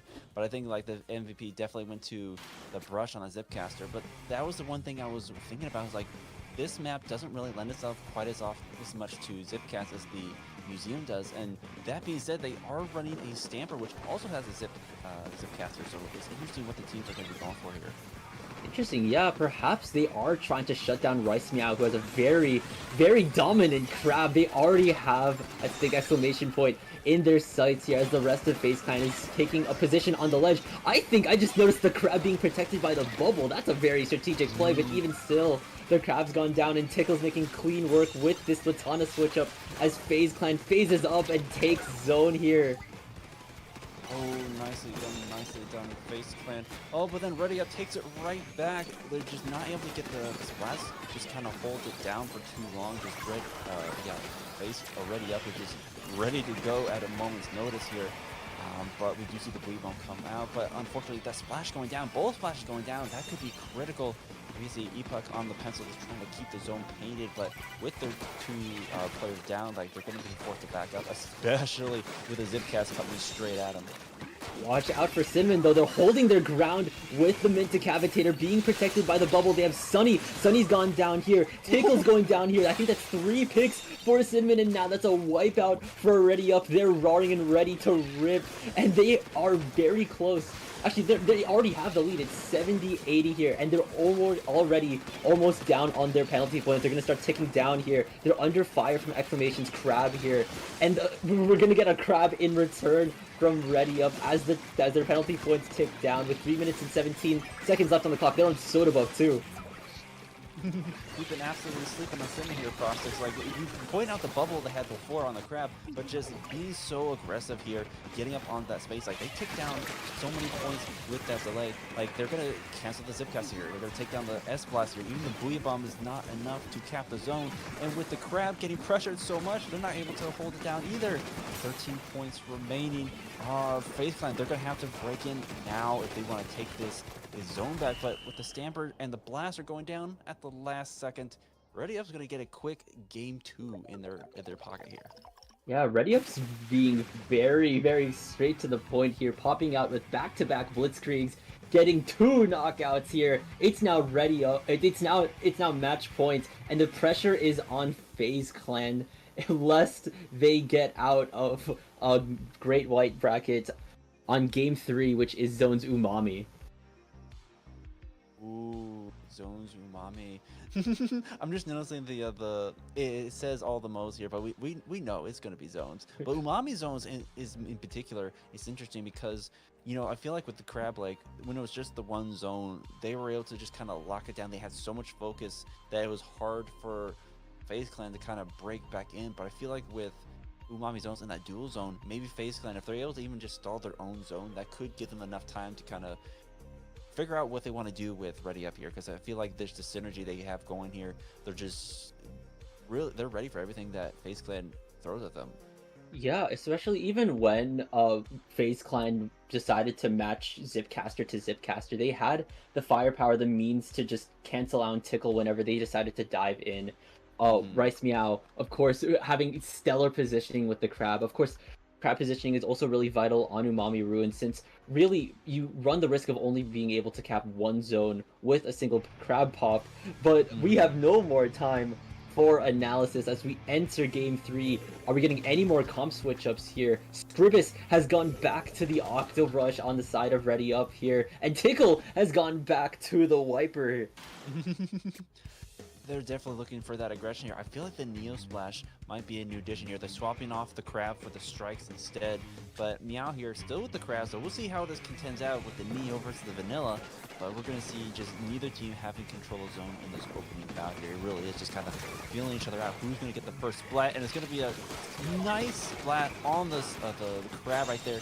Huge play by the S-Boss here. So now FaZe Clan will be moving on up. Yeah, exactly. Cats is very eager to go, but they're gonna get shut down by Cinnamon. But Tickle already matches the aggression, but also gets cancelled out by Rice Meow. The specials are ready to rip. Rice Meow has popped the Crab once again. They do not want to get cancelled for a second time in this match. They have Sunny on their side. Sunny's gone down, but that's also 3 more members from Ready Up going down in this push. FaZe Clan is at 70 within the first minute of this match, and they're going to potentially break past halfway as the strikes come flying in from the switch up to Neo Splash. Oh man, Rice Meow has such a nice splat on that pencil there, such a key splat, but without the rest of the team to follow, they couldn't get the zone, but already they have another Crab looking for something else to go with it, but unfortunately the Booyah Bomb really going to stall it out, not able to get too much value out of that Crab, so now they're in a little bit of desperation. They're going to just rush in, they got those S-Blast down, they're looking for the second zone, but the Hammer's going to come out, just barely misses Meow, and they're going to get some penalty points off the FaZe Clan, able to cap the zone for just a split second. That being said, Tickle managing to get 2 members of Ready Up on the jump, thanks to, of course, the devious charge slash that Wiper has. And even with the penalty points applied to FaZe Clan here, they're still standing on this point. It is as purple as an eggplant.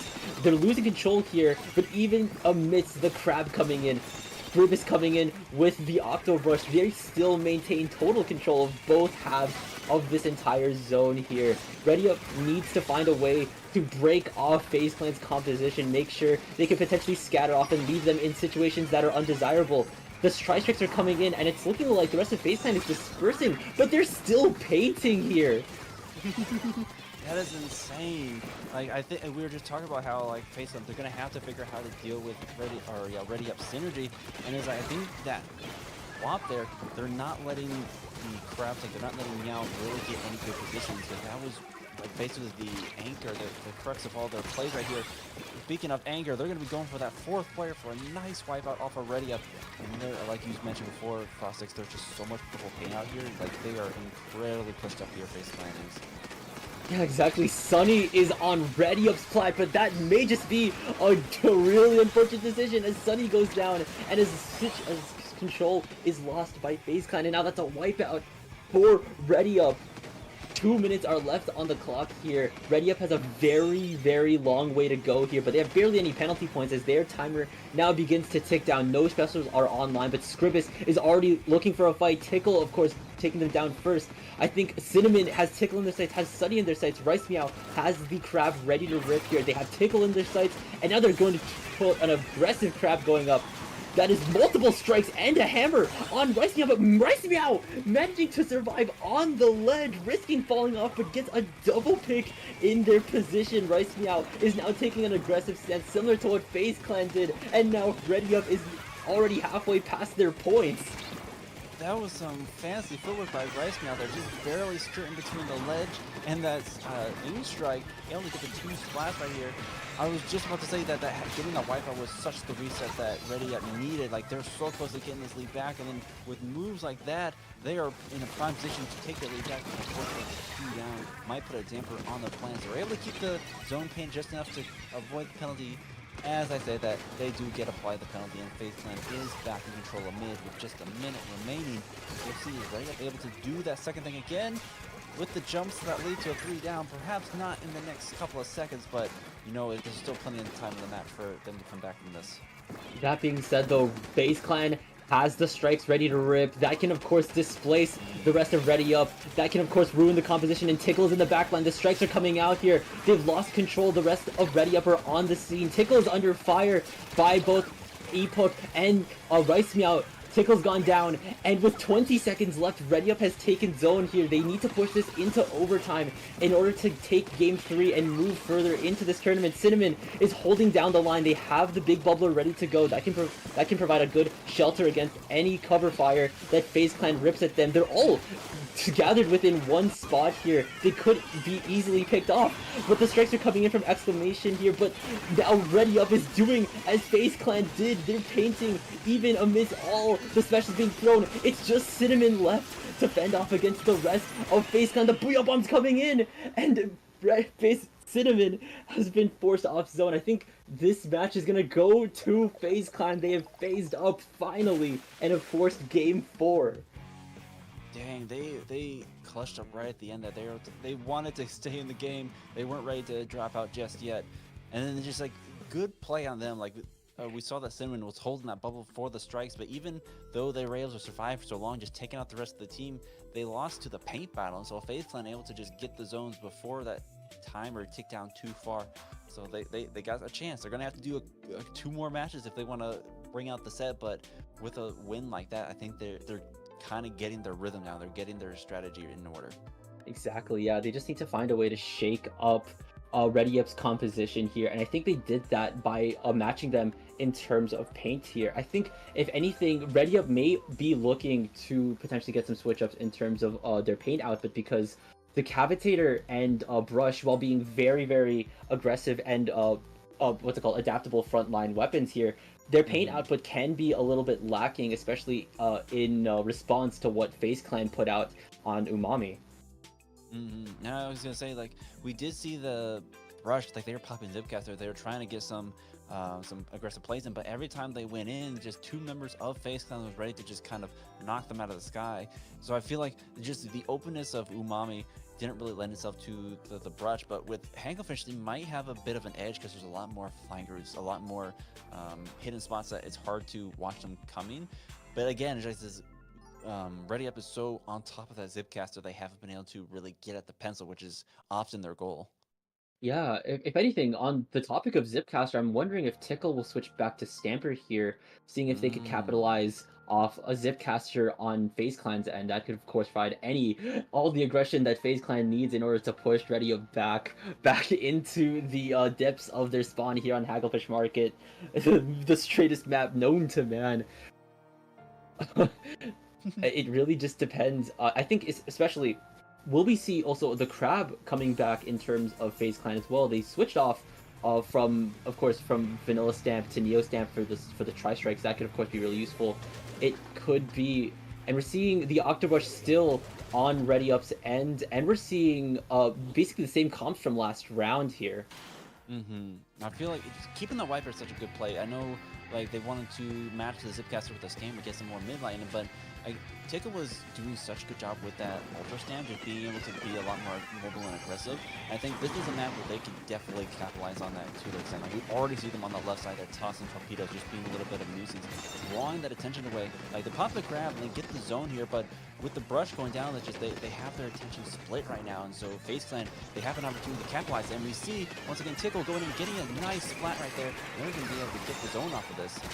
Yeah, they were protected in the midst of FaZe Clan's Tri-Strikes, and they're lying in wait, lying to see whoever is foolish enough to enter Tickle's domain. They're gonna sit up beneath tent and start delivering some flick shots from underneath the ledge. That's something that Wiper and Stamper can take advantage of. We see it being employed by Tickle's Wiper, and now I think that is the S-Blast, and Tickle are already super positioned up onto Ready Up's base here. The push is real, and Tickle's just lying in wait. They have the Stamp ready to rip, and FaZe Clan is already halfway through their points.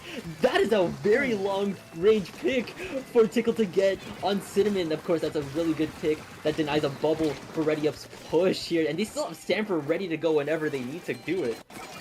This is the ultimate zones play right here. Like they have just stalled out for so much time, keeping Ready Up on a stagger right here. Like they're at a desperation where they do get the 2 splash, but it's a 2v2. Like they have to be able to get zone here, and the Booyah Bomb is just going to deny that. FaZe Clan going to be taking a game 2, going to even up the score right here, and a nice lockout, not letting Ready Up get anywhere near that zone.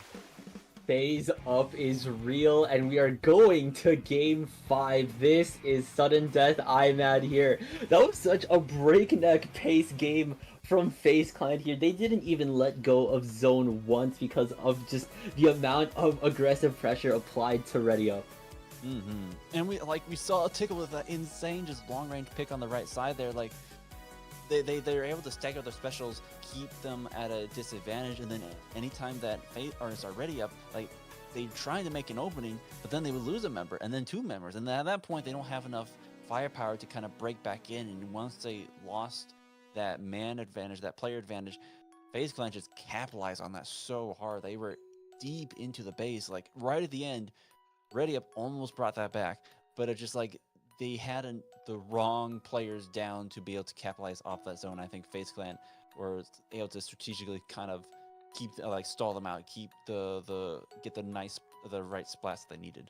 Yeah, exactly. Getting priority players like, say, Cinnamon, that way they can deny a bubble, or Rice Meow, that way they could deny the Crab here, that could deny the important specials, and also not even just the specials, but the weapons themselves here. That way there's not a lot of annoying burst bomb spam or suction bombs lying in wait to potentially splat them when they least expect it. We're going to Mahi zones for our last game here. Ready Up's running the same comp as usual, and so is FaZe Clan here. Yellow, orange and blue here. The water level is still raised.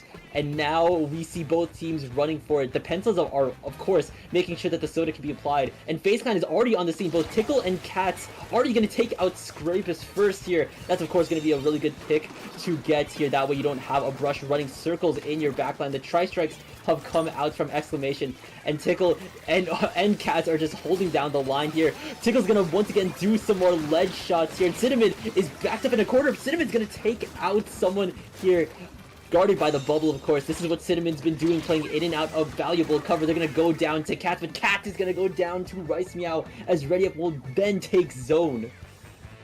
Nice play right there. Just Cinnamon that was be able to take down Tickle and just create some openings for the team there. Cats at the right side. FaZe Clan gonna be capping the zone right back and getting a nice 3 down right there. Looking for that 4th player. The wipeout here. Tickle being in such a prime position. Gonna be grabbing the cooler though, because they want to be able to come back quickly, because it is a danger zone up here. They do have the advantage of being on the ledge right here, but with how aggressive that Ready Up can be in turns, like they gotta be ready. But Tickle, they don't even need that cooler. Getting a nice splat off the splash right there. Looking for a second, but not quite able to get it. We're gonna see a water drop, or sorry, a water change here soon, and that is gonna be that right there. The zone, the map has expanded. It's a lot more space for, I'd say, members like, say, Cinnamon, members of Ready Up like, what's called Rice Meow, to work with. Does Cinnamon notice Tickle approaching the bubble? Cinnamon does not, and Cinnamon goes down. We're seeing Rice Meow here, fresh off the crab. They're under fire from Exclamation strikes here, and Exclamation has them in sights. They have both, Scribus in sights, but Scribus jumps back right back to Rice Meow. Rice Meow is now halfway to Crab. They need to act fast as FaZe Clan is ticking down their penalty points with 22 left here. That's such a strong lead in opposition to Ready Up's near 80 points. Oh, absolutely. Like, we still have plenty of time for Ready Up to make a play, but just they have to be able to keep FaZe Clan out long enough to get those points, and FaZe Clan is not letting up at all. Cinnamon going down right there. That's going to be that bubble out of commission. They do have the splash. Never mind. Splash going away. So is the crab. It is 2 down off of the FaZe Clan for 15 points. Ready Up's got to get in. We do see the bubble get popped, but then taken down. We see the zone is going to be contested here. If they can get that crabble, and they do, that could be the zone. But no, they're going to be taken down for a 3 down situation. FaZe Clan has just got 1 member to worry about, and they're going to be able to take it down with the wipeout all the way to the KO, taking this set in a nice reverse sweep. FaZe Up reverse sweep. This is insane, I'm mad. Going from a 2-0 loss, especially considering Ready Up managed to simply just steamroll them in the first 2 zone matches, but then simply, when push comes to shove harder, as we have seen from this reverse sweep from FaZe Clan. They are going to be moving up further in Great White Bracket to face off. I don't even know who they're facing off. They're facing off whoever wins against, or they're going to be facing off Henlo Patrol here, a team that you have seen earlier during the last block of this Wimmer Sync here. Ooh, Henlo Patrol, yeah. Oh, we're getting into the semifinals. This is the cream of the crop right here. Duking it out for this final spot here.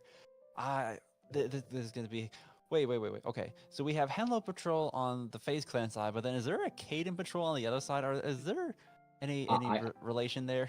I will confirm, Caden Patrol is real, and they're also in semis up against Kagekoi. Oh my gosh. Just the coordination of, like, they're ready for that final showdown at the end. They want to know who's the superior patrol. Yeah, it's just the Spider-Man meme all over again. Who are you here? You're pointing at each other directly from opposite ends of the bracket. Will they make it into grand finals? That will be determined later on here. Apparently, next match is ready to rip, but I think it's probably safe enough to take a little bit of a break. So, of course, stay tuned for semis here on Swimmer Sync.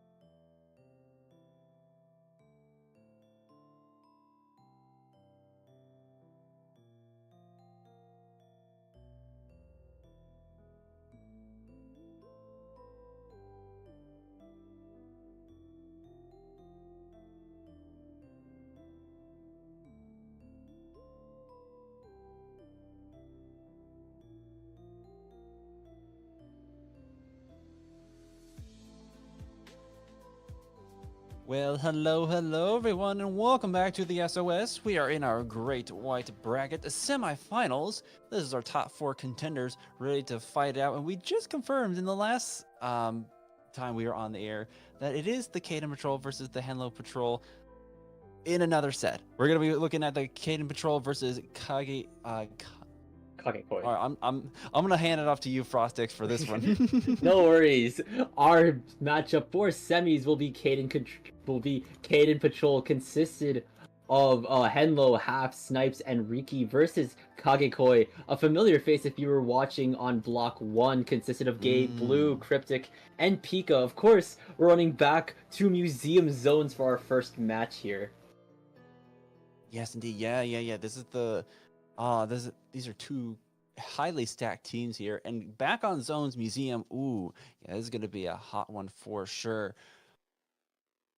Yeah, exactly. Here, of course, like we said earlier last set, maintaining a lot of good positioning from your backline could be very vital, especially if you can like have a lot of backlines oriented specials that can have a lot of paint.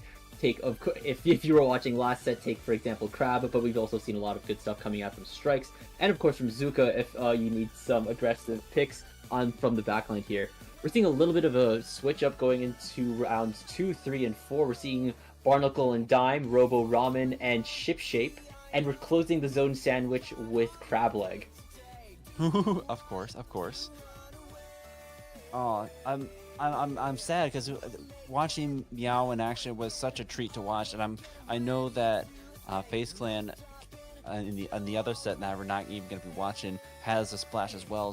So I would not be surprised if either of the teams did not or did run a splash, because it is quite powerful as a support, especially getting paired with that pencil. But it's once in a blue moon where we see such a splash like that.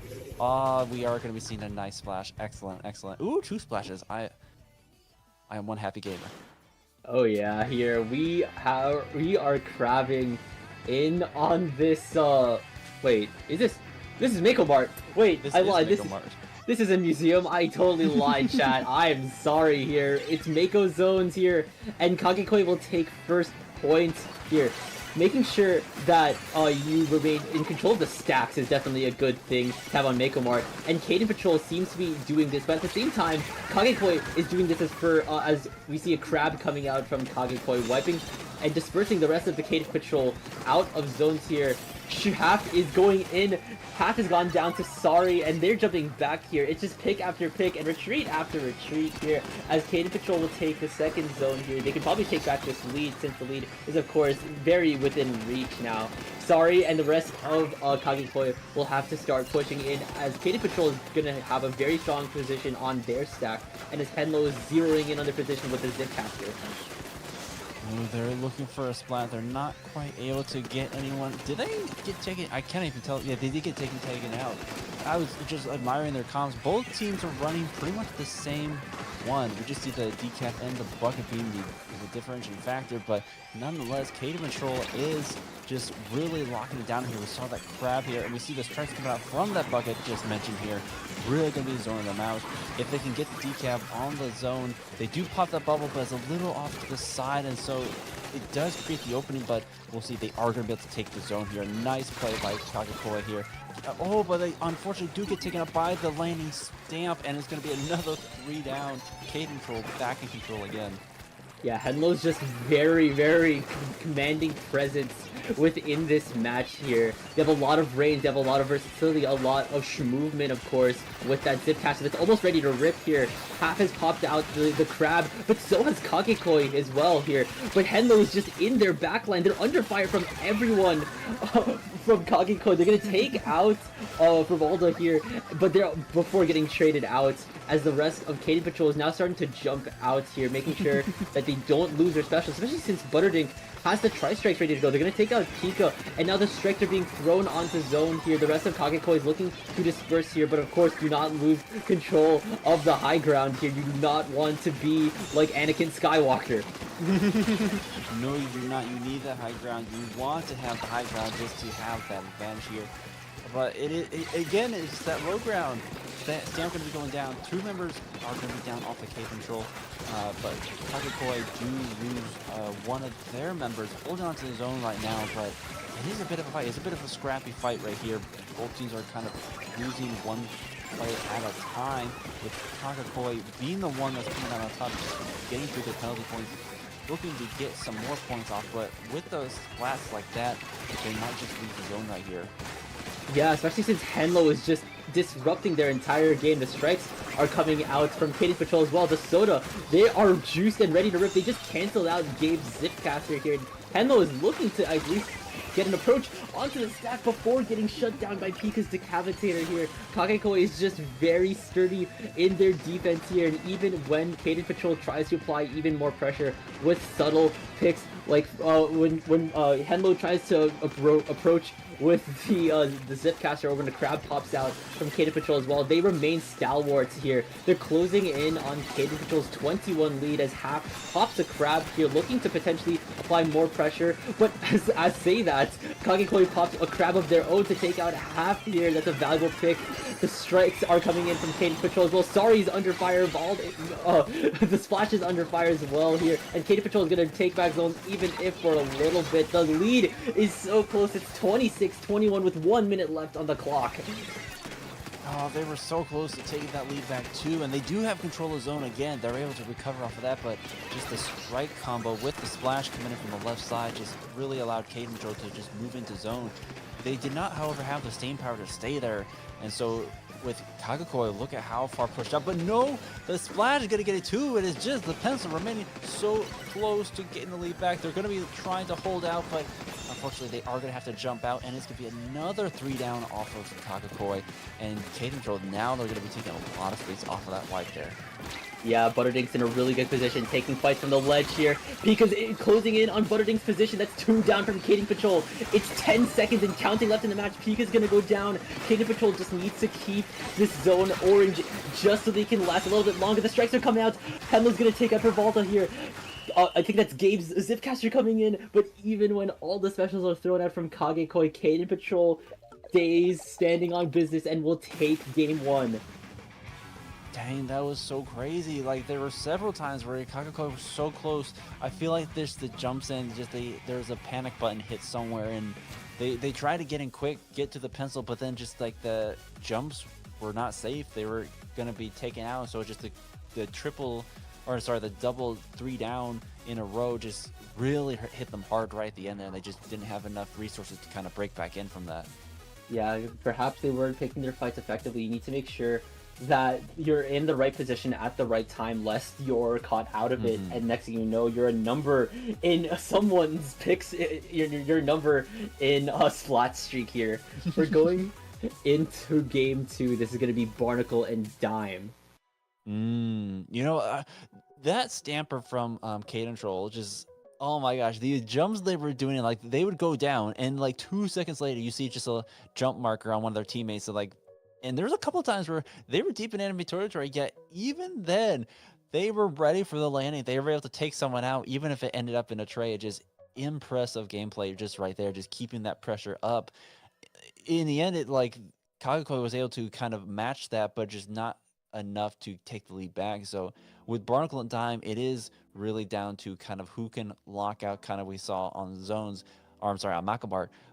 But it's going to be so much harder to kind of break that hole just because it becomes such a choke point on Barnacle. Yeah, especially if you can just claim control of an enemy team's platform, mid-platform. That is already a bunch of elevated positioning on your end as you lock them out here. Of course, we've seen a lot of Zipcasters coming in from both teams. Of course, we saw henlo rocking the Stamper with the Zipcaster. I'm unsure. I think that was Gabe. Gabe was running a Stamper on the side of Kagekoi as well here. Both really efficient at disrupting the backline plays. Of course, they also like to dive any would-be Crab users that are potentially looking to start unloading onto zone here. And I love seeing the Crab plays because it's making a comeback. Like Splash was once the king of the hill, now it's bringing itself back up. But like the zip plays coming out from these two teams, like, again, we see the double Stamper, so there's always a zip somewhere. And I just think that pairing that against the decaf, like those were some interesting matchups as well. we're not going to be seeing too much of a change on the comps here. So again, we're going to be seeing a lot of what we saw before. Just, I'm curious again, because when you get into such an open map like this, there's less zip footholds, I guess. So it's a little bit more predictable where they can go. Yeah, especially considering how, what's it called, how Kagekoi can potentially get a lot of early pressure. Half has already popped the crab first here. They have Pika in their sights, but they were pushed out of crab. Pika's in a 2v1, but they take out half first.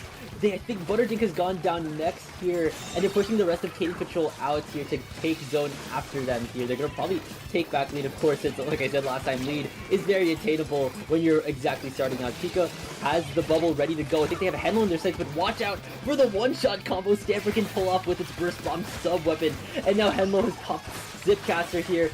Of course, like you said, Imad, Barnacle and Dime does not have a lot of good anchor points for Zip to go, and it's looking like henlo was having a little bit of a struggle looking to find a spot to latch onto. Here's Gabe with a Zipcaster of their own. They forced half off of that position here. That could be very valuable here, but half is going to push in to mid here. They're going to push onto Sorry, causing a wipeout for Caden Patrol here, disrupting their push as they immediately got past half here. They're going to go down here for a really eager push into their spawn. And that's the huge thing I've been seeing from Kagekoi is like anytime that Caden Patrol they get like their front line in, all they gotta do is like live, like they don't have to win the fight, they just gotta live long enough to get a teammate in. They're so good at like just converging on any like the spear point players coming in, the Zipcaster or like the Splash or whatnot, and then just teaming up on them. So even though like Caden Patrol, they got some really good fights coming in, such as here, half getting a nice 1.5 and looking for another, just like Kagekoi, they're able to like kind of play off each other to a really really good way. Yeah, you don't want to be fighting an opponent alone here. 1v1s are very volatile here. Caden Patrol will take the lead back from Kagekoi. They're going to push past the 40 threshold into the 30s. henlo has gone down once again, but henlo is already back onto the scene, jumping to half, who is taking down Gabe here. They have Fervalda in their sights, and Fervalda has gone down here. Butterdink and henlo are already on the scene. They have Gabe in their sights here. They're being backed up by the pencil here. It looks like Fervalda's already taking out henlo. They need to act fast as Caden Patrol is ticking fast here. And with another knockout here, or with a knockout, Caden Patrol will take game 2. Dang, that's such a good play. We saw henlo right up in their faces, like didn't really get a splat, but they didn't really need to. They just were dancing around the block enough to kind of stall for time, and by the time that they were able to take them down, the strikes were there. The strikes were there to just zone them out for the last couple of points. So I was just like, that kind of like strategic play, like this is going to be a good death. This is going to be a good splat, and just like that kind of mindset really, when it comes down to the wire like that, really just is a deciding factor between the victory or a loss. Yeah, like you said here, Kagekoi are really good at dispersing their members to at least make sure that any would-be aggressive pushers from Caden Patrol are at least outnumbered in their duels here. But there's a balancing act in this. You need to make sure that at least isolated duels aren't fair, at least for the enemy team, but you need to make sure that the main objective can at least be contested by at least some members of the team. Of course, you only have 4 members in your team here. You need to make sure that the division on the fly can work. What? You haven't unlocked the secret 5th member yet? Oh, whoa. I haven't even heard about the secret 5th member here. What is this insider information I am hearing? Yeah, it's very hush-hush. They don't want you to know about it. It's a Splatoon 4 It's a game changer, y'all. It's a Splatoon 4 thing that Nogami's just been cooking up. Oh, could be. It might just be a ramen zones thing. It's just a secret members hidden up in the ramen bowl.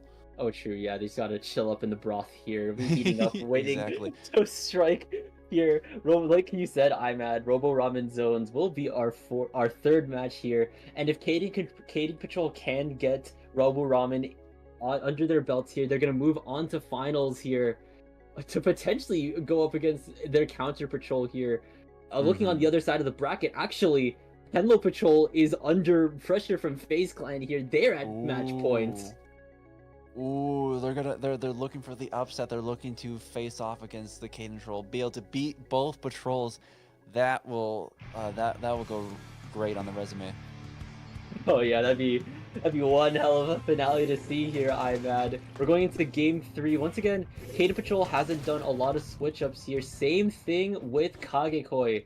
Of course, the vastness and of course the multi-layered aspect of Robo Ramen could be a very interesting spot for the front lines to play around. We see Butterdink and like you see Butterdink and Henlo being very aggressive on the front line, and Gabe and Pika of course being aggressive with their swords.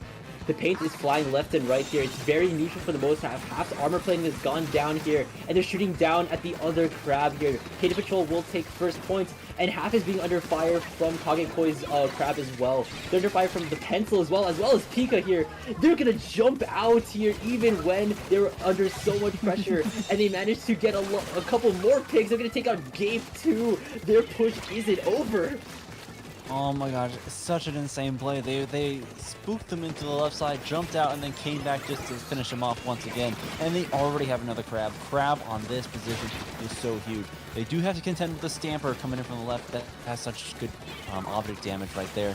But that's still going to take for some time here, down to 50. And with the decap gone, that's going to be the bubbler gone as well. So they have one less special cap to contend with. They're just going to have to watch out for the zip cast, because this map, ooh, talk about some zip handholds. If anything, henlo immediately shuts down Gabe's Stamper as it goes mid-zip. Pika's diving into the backline, gets shut down by Mesmerizer in a half here. They're pushing into the 20s, and it's left to the pencil to cover zones. Fervalda's on the scene. They're on soda buff. Kagekoi needs to group up and act fast because Caden Patrol is pushing into the 10s. The crab has come out from Kagekoi, but even still, Caden Patrol manages to get the paint control in their hands, and with no time left to act, Caden Patrol takes this with a 3-0 sweep. Oh my gosh. That play at the end there, I feel like there wasn't any advantage. It's kind of Caden Patrol, when they had that lead, they had control of the zone. All they had to do was cancel out whatever Kagekoi was throwing at them. Like, they popped the crab, all right, we'll pop our crab. Well, they'll pop Zipcaster, we'll just pop our Zipcaster. And just like that kind of counter special just played in their favor to stall out to the KO there. So again, like they weren't super aggressive right at the end. Like all 8 players was up, but they played the neutral game to keep their lead that they had. Yeah, exactly. Here they are specking into counterspell, all ready to shut down the aggressive, like the definite special game here. They're taking out high priority targets like the Decapitator, making sure that Pika can't deploy the bubble in time, making sure that they can't get their crab in time here for a push on Robo Ramen. In terms of the other side of semis here, henlo Patrol is down, but certainly not out. They've taken game 3. They're forcing game 4 here. Can they do what FaZe Clan have done and pull a reverse sweep to face their counter patrol in finals? You'll just have to stay tuned here on IPL to find out.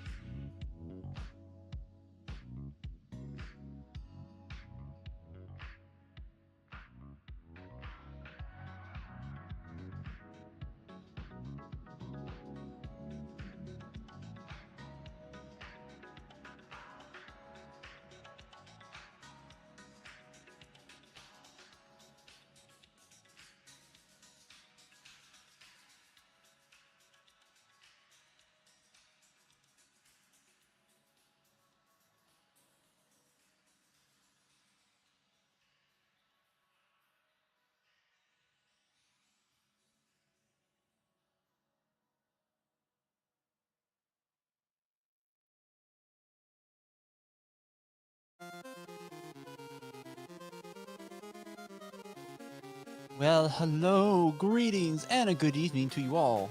We are back with SOS, and we are in our grand finals, our top 2 contenders, and it is indeed the Patrol off, Caden Patrol versus Henlo Patrol.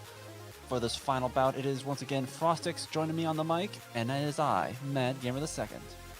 It is the split up members of Hypernova and friends have made it to grand finals of Swimmer Sync 178 here. Caden Patrol, captained by Henlo and accompanied by Half, Snipes, and Ricky, up against Henlo Patrol, captained by, I think it's Caden, but joined by Swag, Kaisa, and Toasty Dinner here.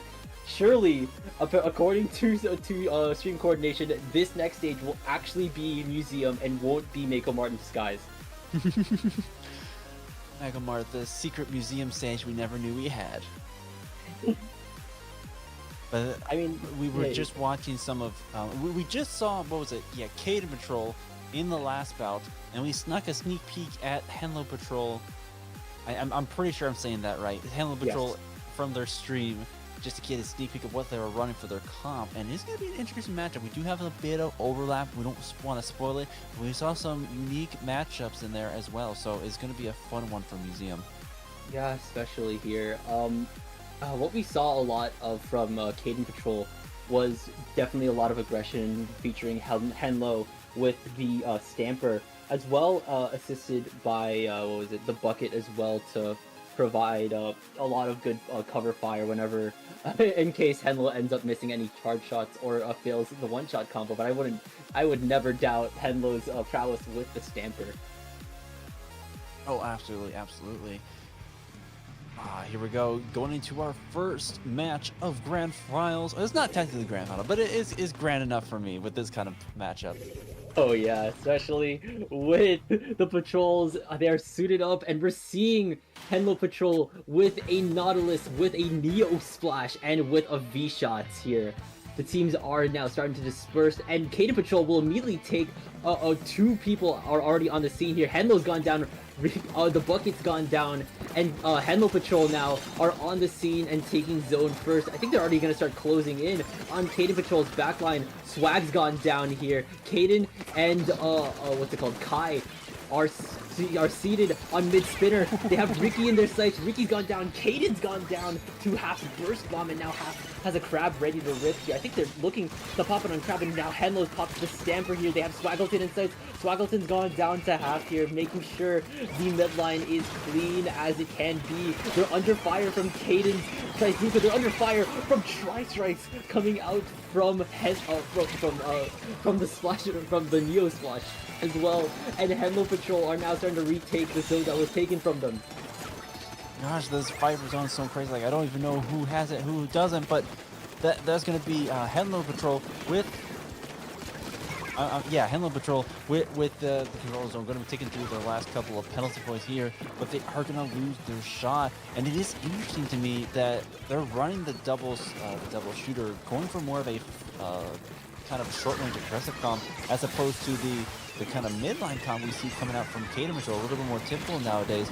But the Strike is going to be trying to get the zone, not quite able to cap it. They do have their Stamper down, but they're not letting them take it back either. Henlo Patrol, they're having to fight for it, and here comes the Bucket and the Stamper just going to collapse on them, and finally it's going to be in Caden's possession.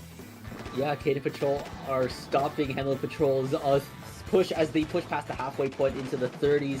They have not a lot of penalty points to their name as they start ticking down as the rest of Caden Patrol is pushing into Henlo Patrol's backline. That's 2 down, and Henlo still has Kai in their sights, managing to jump out just in the nick of time and safe from any aggression here. They're not on the enemy spawn plat, which is definitely a good thing to have. Half here has the Crab ready to rip. I think they have the Neo Splash in sight. They're just trucking a lot of damage into Henlo Patrol's backline as they take the lead here. They're counting down from 28. They're on soda buffs here. Caden and the Neo Splash are on the scene, but that's 3 down on Caden Patrol as Henlo Patrol is now starting to reclaim the zone once again. That's 56 penalty points going onto Henlo Patrol. These patrol names are messing me up, I'm mad. Oh, I know, like that's been quite something to get used to. Where we do have Caden Patrol. No, I'm going to end up getting henlo Patrol in control of Plat, getting the 3 down off the Caden Patrol, and they are really pushed up right here. They have such good forward positioning. Strikes are going to be stalling them out. The shot does get taken down. Half looking for another splat, but is going to opt to go for the grab right here. He's going to be opening some space to get Caden in, because henlo is ticking away to the KO. They're going to have to win a fight here. But no, the Zuka says no, otherwise, getting 2 and 3. Pencil is the last one remaining. henlo Patrol is going to be taking the first match of this face-off. Oh, such a decisive duel in between both teams' mascots. Both Caden and henlo were locked in that corner here. And with Azuko pulled out of their back pocket, Caden managed to get 2 last picks within the last couple seconds, ensuring that no one left on Caden Patrol can step any foot into their zone here. henlo Patrol, of course, like you said, will take game 1. We're moving on to game number 2, Barnacle and Dime. Ooh, back to the old Barnacle and Dime. We've seen it for the last couple of sets, I think. But like with this team comp, we've seen Caden Patrol in action on this one. But henlo Patrol is going to be the newcomer here, and bringing on the knot in the shot is going to certainly shake things up a bit, because they don't have. I guess we saw the henlo Patrol, they were able to just hold out and like be underneath the ledges of Museum, but with such open territory, I'm curious if having that double midline on the side of Caden Patrol is going to kind of give them a little bit of that edge there.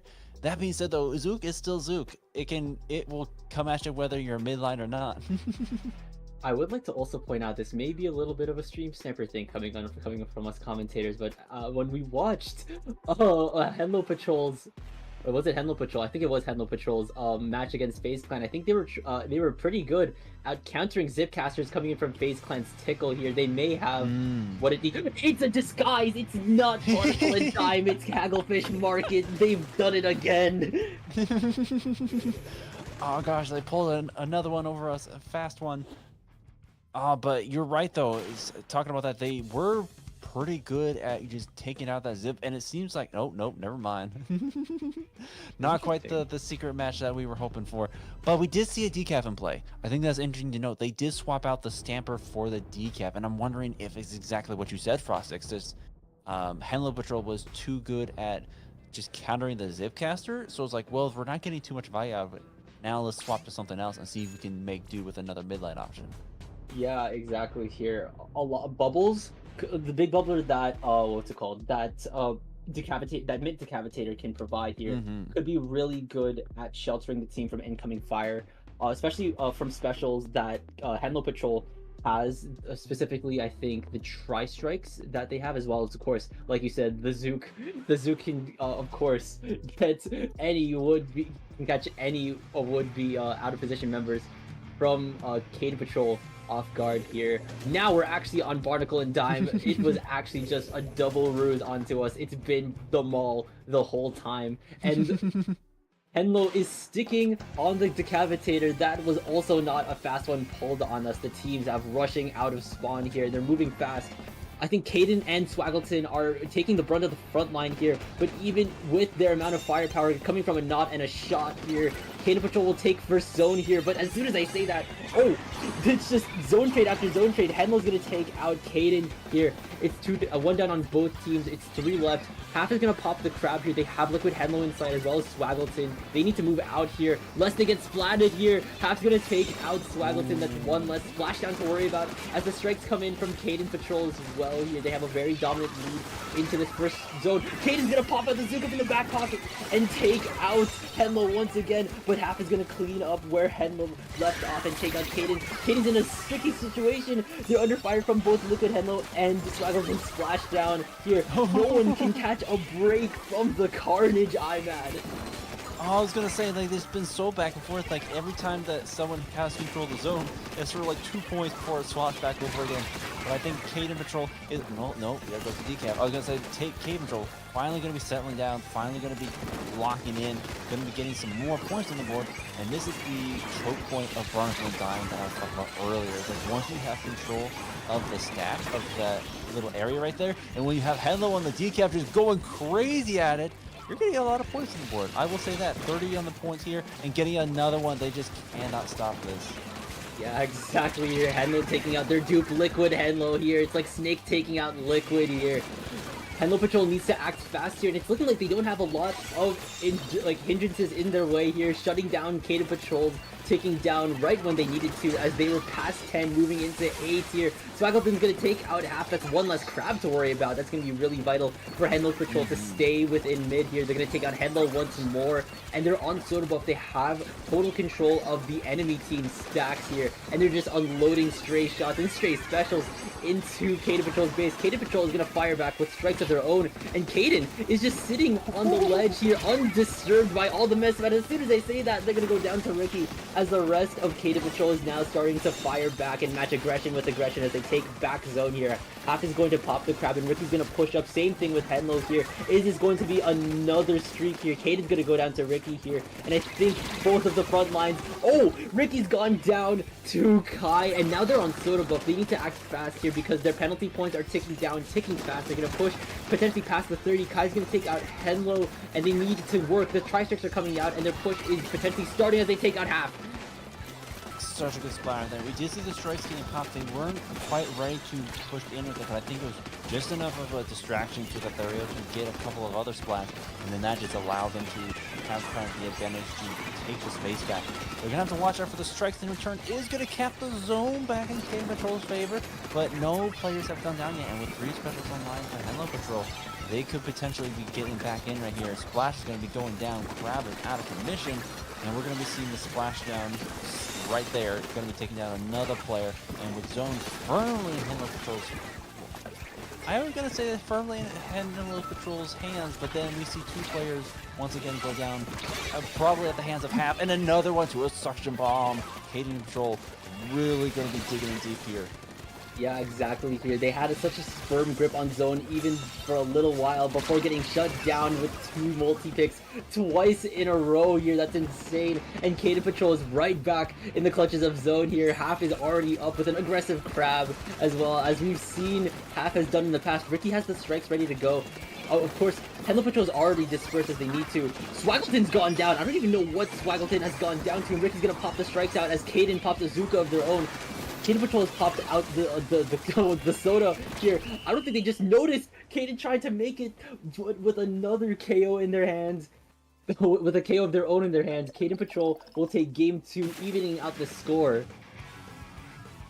Oh yeah, that was an insane play right there. Like, we saw henlo Patrol really do well on Museum when they were able to kind of push up and put on some frontline aggression, but then when it came down to Barnacle, they're having trouble breaking back out.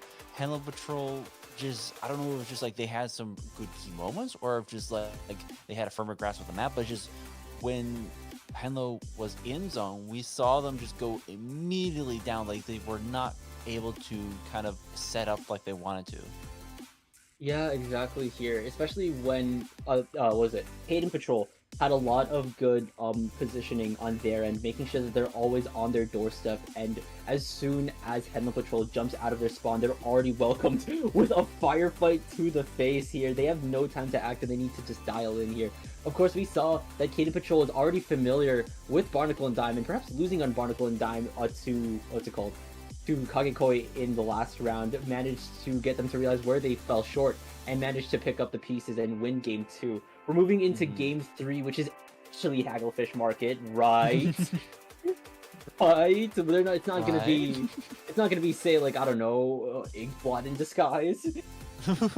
Shh! Don't say that, they might hear you. Ooh, oh no, I don't want to jinx it, especially with the patrols on hand here.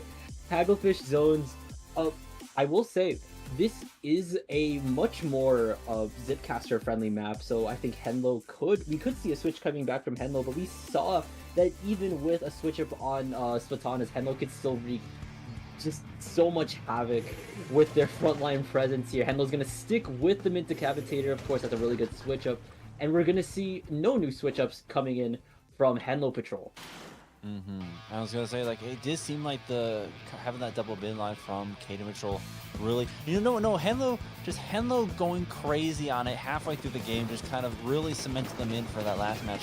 But here is kind of what I was saying in a previous match, is having the short line or having some shorter range is not a detriment here, because they can just have so much more space to work with, not as much open space. I said that as the shot goes down, however, henlo and Half going to be coming from the left side, following up the strikes, just really going to be getting some good space off of that, and the nice bubble to boot. They're going to be locking in here. We'll see if they're able to do what FaZe Clan did in the previous map and just kind of keep them at bay, keep them at the stagger, and just keep the zone. Not to mention, this is speaking of FaZe Clan, making sure that no fight is fair. As we saw, Caden was unfortunately faced off with a 1v4 from the rest of Caden Patrol, out to patrol against the person they were targeting. Caden Patrol is going to pop out the strikes. Mesmerizer is under fire from everything henlo Patrol has to offer. They're going to go down to a stray Zuka shot by Caden, as the rest of Caden Patrol is going to start pushing in. And with Half only left to fend off, Half's going to go down. Ricky's in sight, and Ricky's going to go down as well. The rest of henlo Patrol is now gearing up to get this push going, especially since Caden Patrol has already gone halfway through their points here. They're on soda buff, and Caden is ready to go with almost ready to go with another Zuka in their hands. The soda buff could be useful in grabbing it, and here it is.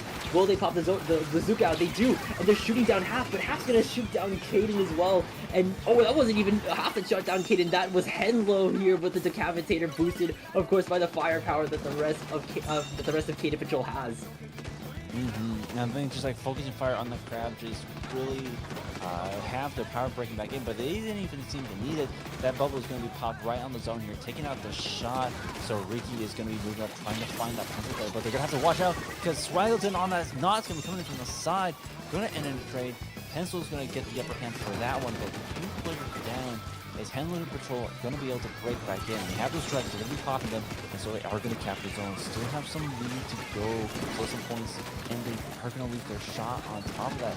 They haven't been able to flush out Caden Patrol completely. They're able to just kind of hold on to the space on the other side of the zone, even when henlo Patrol has put this up. Yeah, it's such a firefight going on right now. The leads are so close here, and neither team is looking to potentially get a lot of control here. It's so back and forth. Even when Swaggleton was trying to get a potential game-changing play with that splashdown, they're going to go down to Caden Patrol as they keep zone in their favor here. They're almost down on their penalty points, but as soon as I say that, zone is flipped once again by the tri-strikes from henlo Patrol here. Caden Patrol is now on soda buff, and Ricky has a tri-strike of their own here. They also have the crab coming in from they also have the crab as well, and the strikes are coming out. They splatted Caden here. That's of course good to make sure that no Zuka is in play.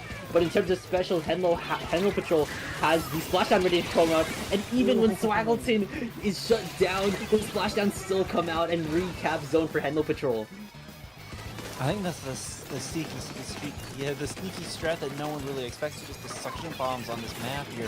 Like, you come around a corner and there it is, and it explodes, and there's nothing you can really do about it. And it's so good on the zone for the paint as well. Several players have gone down to those spots like that, and now we are kind of going into a neutral phase here, where both teams are up. They have control of their own side, and they're just poking, trying to find a way to break back in and cement that hold. But with Caden's lead, them just kind of stolen out is going to play in their favor, and they already do the penalty points, even with 2 players down. Yeah, Half is immediately going to start this part by taking out Swaggleton here. They're under fire from Caden, but Half's going to jump back to Mesmerizer, already making sure that they're anchored down and making sure that they're safe to jump in here. Caden Patrol is just making sure that no one can enter their domain here, especially considering that henlo has popped the bubble here. But even as I say that, henlo Patrol will immediately recap zone back here. They need to get to 34 in order to take lead back, and Half is under fire from everyone by both Swaggleton and from Caden as well. Swaggleton has the splashdown ready to rip just in case the zone ends up becoming magenta once again. It's looking like it could go into overtime. There's 30 seconds and counting left on the clock here. But henlo Patrol is closing in on the lead and fast. They're going to take back lead here within the last 20 seconds of the match. And Swaggleton is going to be sneaking in. They don't get to pop the splash down here as they get shut down by Half, as well as Mesmerizer. And Half is now going to have to go up against Liquid henlo. They're going to jump back. They have the crab ready to go here. The lead is still obtainable, at least in overtime for Caden Patrol, but henlo Patrol has a strike ready to go to push the rest of Caden Patrol back and to take game 3. Oh, that was such a deciding fight right at the end there. We saw Half push in, trying to take out the Neo Splash on the other side, but if they were able to win that fight, that could have been huge in just cementing their hold, and then them able to tick through the penalties. But because they had the strikes on hand, they just, boom, throw a suction bomb, then throw the strikes, and it was an instant pop in overtime for henlo Patrol to just take the victory and take it to a 2-1 in this game 4 on Zone's Mahi. Exactly, it's match point now on Caden Patrol. They need to get this Mahi map in order to take it to game 5 here.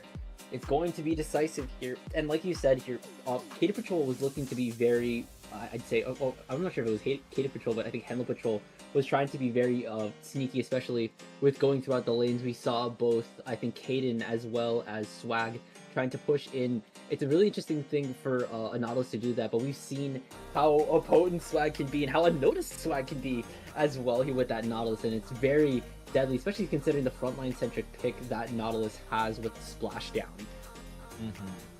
Honestly, the other interesting, or I guess neat thing that I saw there, like because of how Kagekoi is set up, you know, is like you have the center lane where the zone is, and you have the 2 side lanes. Whenever Half, like especially near the end, when Half popped that crab, they had to focus on one lane in order to, I guess, get value out of it, and most of the time it was in the zone. So as soon as they pop that crab, Waggles and coming around from the side just gets them from behind, just canceling out that crowd. I think it's such a good, I guess, thought process from these teams that they're able to like play and counterplay each other like that. And I think it did come down to the wire here. Like, I don't know, this was gonna be another like kind of open map compared to Hackerfish and Museum. So I almost feel like this is gonna be another one for Caden Patrol. But with how henlo played that last one, they could surprise us.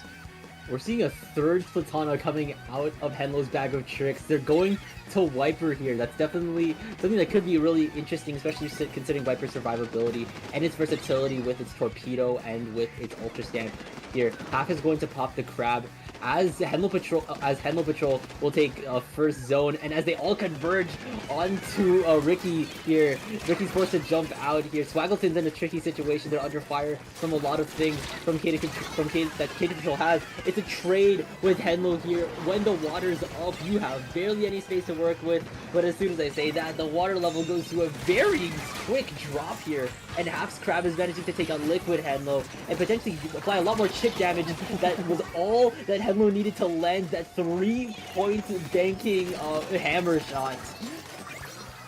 This corner right here is one of the few safe refuges when you're kind of dropped down like that, and the Caden Patrol knew that and just lobbed so many specials in that corner. At least 2 members of henlo Patrol went down, forcing them to back up. Now Caden Patrol is going to be taking the lead off of this hold, off this push, and we have to watch out for those strikes and the splashdown coming from henlo Patrol. Yeah, here we go. The strikes are going to be coming out, but the Nautilus is going to be taken out. They could potentially still get some value out of this, but they're going to have to watch out for the counter strikes, and they're going to be just looking to keep the space here. And it's once again, they're just henlo stuck to win this corner, just trying to stay alive before they can get the zone back. henlo Patrol has 2 members down here, and with Caden's last Zuka shot being used on nothing, they're going to go down to a mix of Mesmerizer and henlo pushing up here. They are in the lead with 34 against 54, and this hold seems to be working. They're spread out perfectly to make sure that they're not going to be a number in a pick streak, going down to perhaps a Zuka or to tri-strikes or these suction bombs that henlo Patrol just seem to never run out of here. henlo's going to go down to Liquid, and Half is going to go down to Liquid as well, but Ricky's managing to clean up like they always do, making sure that the midline can, of course, stay henlo Patrol free. But as soon as I say that, henlo Patrol is now zeroing in, taking zone back here. They need to get to 33 with 20 penalty points. Caden's going to get Mesmerizer from such a long distance, and they're almost out of their penalty points. Their hold and their push back is going to start soon, especially now that they're under soda buff. Caden absolutely popping off there with the suction bomb and the Zuka shot, just really wrecking havoc on Caden Patrol, wrecking their own patrol and still coming out on top. Now it's going to be henlo Patrol with the lead. Nice cancel for the splashdown. Unfortunately, it does end in a trade, and there's still lots of purple on this map here. henlo Patrol going to be trying to lock it in, but with the amount of specials that are coming after the shooter, they have to be on their toes. They're going to have to get another splash to kind of cement it, but no half is going to take out Caden, and they're going to be looking for a second. If they get this grabbed in the next second or two, that could really give a lot of space for Caden Troll, and they do indeed take his own with 3 members of henlo going down. They don't even need to use the crab. They're going to be saving it for a rainy day here and waiting for that counter push. Yeah, saving that crab intentionally in case situations become dire, especially considering Ricky's gone down from Caden Patrol here. They've popped crab in response to Caden Zuka, knocking out Caden here, mid Zuka here. They have Liquid henlo in sight. The splashdown and the tri-strikes are coming out from henlo Patrol, but even still, Caden Patrol remains stalwart. They managed to keep the zone yellow amidst all the artillery dropping in, and Half is looking to make an aggressive pick, but going down to Kai's watchful eye. Kai's gonna get 2 picks, both on Mesmerizer and on Ricky here. That's no soda and no strikes for Caden Patrol, and it's left to Half and henlo to potentially get this push going. henlo Patrol is in this lead going into the last minute of this match. With 1 minute left, Kai's halfway to a soda here, but they're under fire, I think, from the crab that Half has. They're under fire from the strikes that Ricky's throwing out here. Swaggleton here. They have Ricky in their sights here, but they're losing vision here. They're under fire from henlo's stamp here.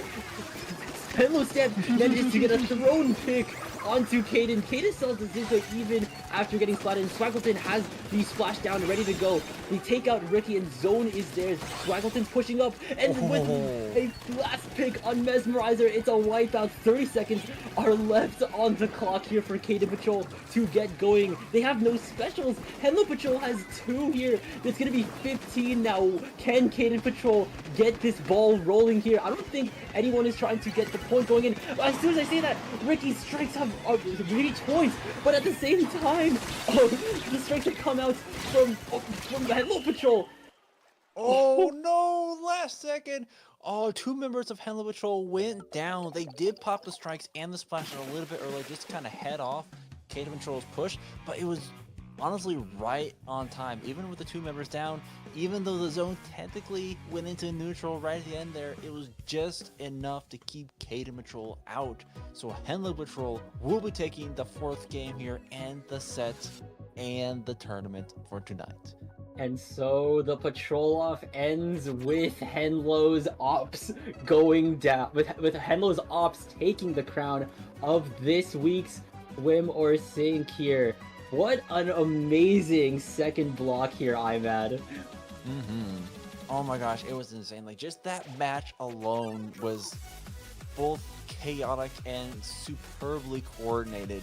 I just want to call out, like, again, Half's push with the cooler right at the end of their other push. Like, they knew that they had teammates coming in from snipe. They knew they had teammates jumping in, so they went to kind of like distract the pencil. I think they got taken down too quickly, and so then the pencil proceeded to get 2 more picks, and I think that just kind of cemented henlo's hold of that zone for the final push. Yeah, especially even when Caden Patrol has a lot of game-changing zone flipping specials. They have a tri-strikes of their own. They have a Half on Crab here. They have a lot of very, very oppressive and offensive specials, not to mention the insane frontline dynamic duo that henlo and Ricky are. Even still, they succumb to the firepower that henlo Patrol brings. And just looking at the Great White, the final matchup for the night, we do see henlo Patrol taking 1st place, with Caden Patrol coming in 2nd. Then FaZe Clan taking it on. Kagekoi in the 3rd place matchup, coming out on top for that 3rd place placement. Even so that's gonna be our lineup for tonight. Even being knocked down to a 3rd place, they managed to phase up, take 3rd here. Shout out to everyone that has made it to Great White and everyone that has showed up to this week's Swim or Sink here. I'm thinking this is probably the time where we have to start wrapping things up, I imagine, don't you think? I suppose so. That would probably be best. That's unfortunate. Just a good shout out to all the production staff of the streamer, seating, and then TO and all that. Thank you guys for putting this on for tonight. And then thank you, Frostix, for being my commentary partner. course, Imad. I have not been on IPL in a while, but it's always good to cast a swimmer sync. Before, of course, we jump out of both VC and off the airwaves here, where can we find you on the social medias? You can find me in all the usual places at IMedGamerII. Yeah, I'm looking forward to this coming league season. It's going to be hype. It's going to be fantastic. But where can the good people find you? They can find me on the site formerly known as Twitter at TK_Frostix, at Blue Sky at Frostix Blue Sky Social, on Discord at just Frostix, and I'm writing web novel read Gap Year on Wi-Fi. Anyways, that's aside from the point here. From us here at IPL, thank you for tuning in to Swimmer Sync. We'll see you all next Wednesday, so have a damn good time. Yes, have a good night, everyone.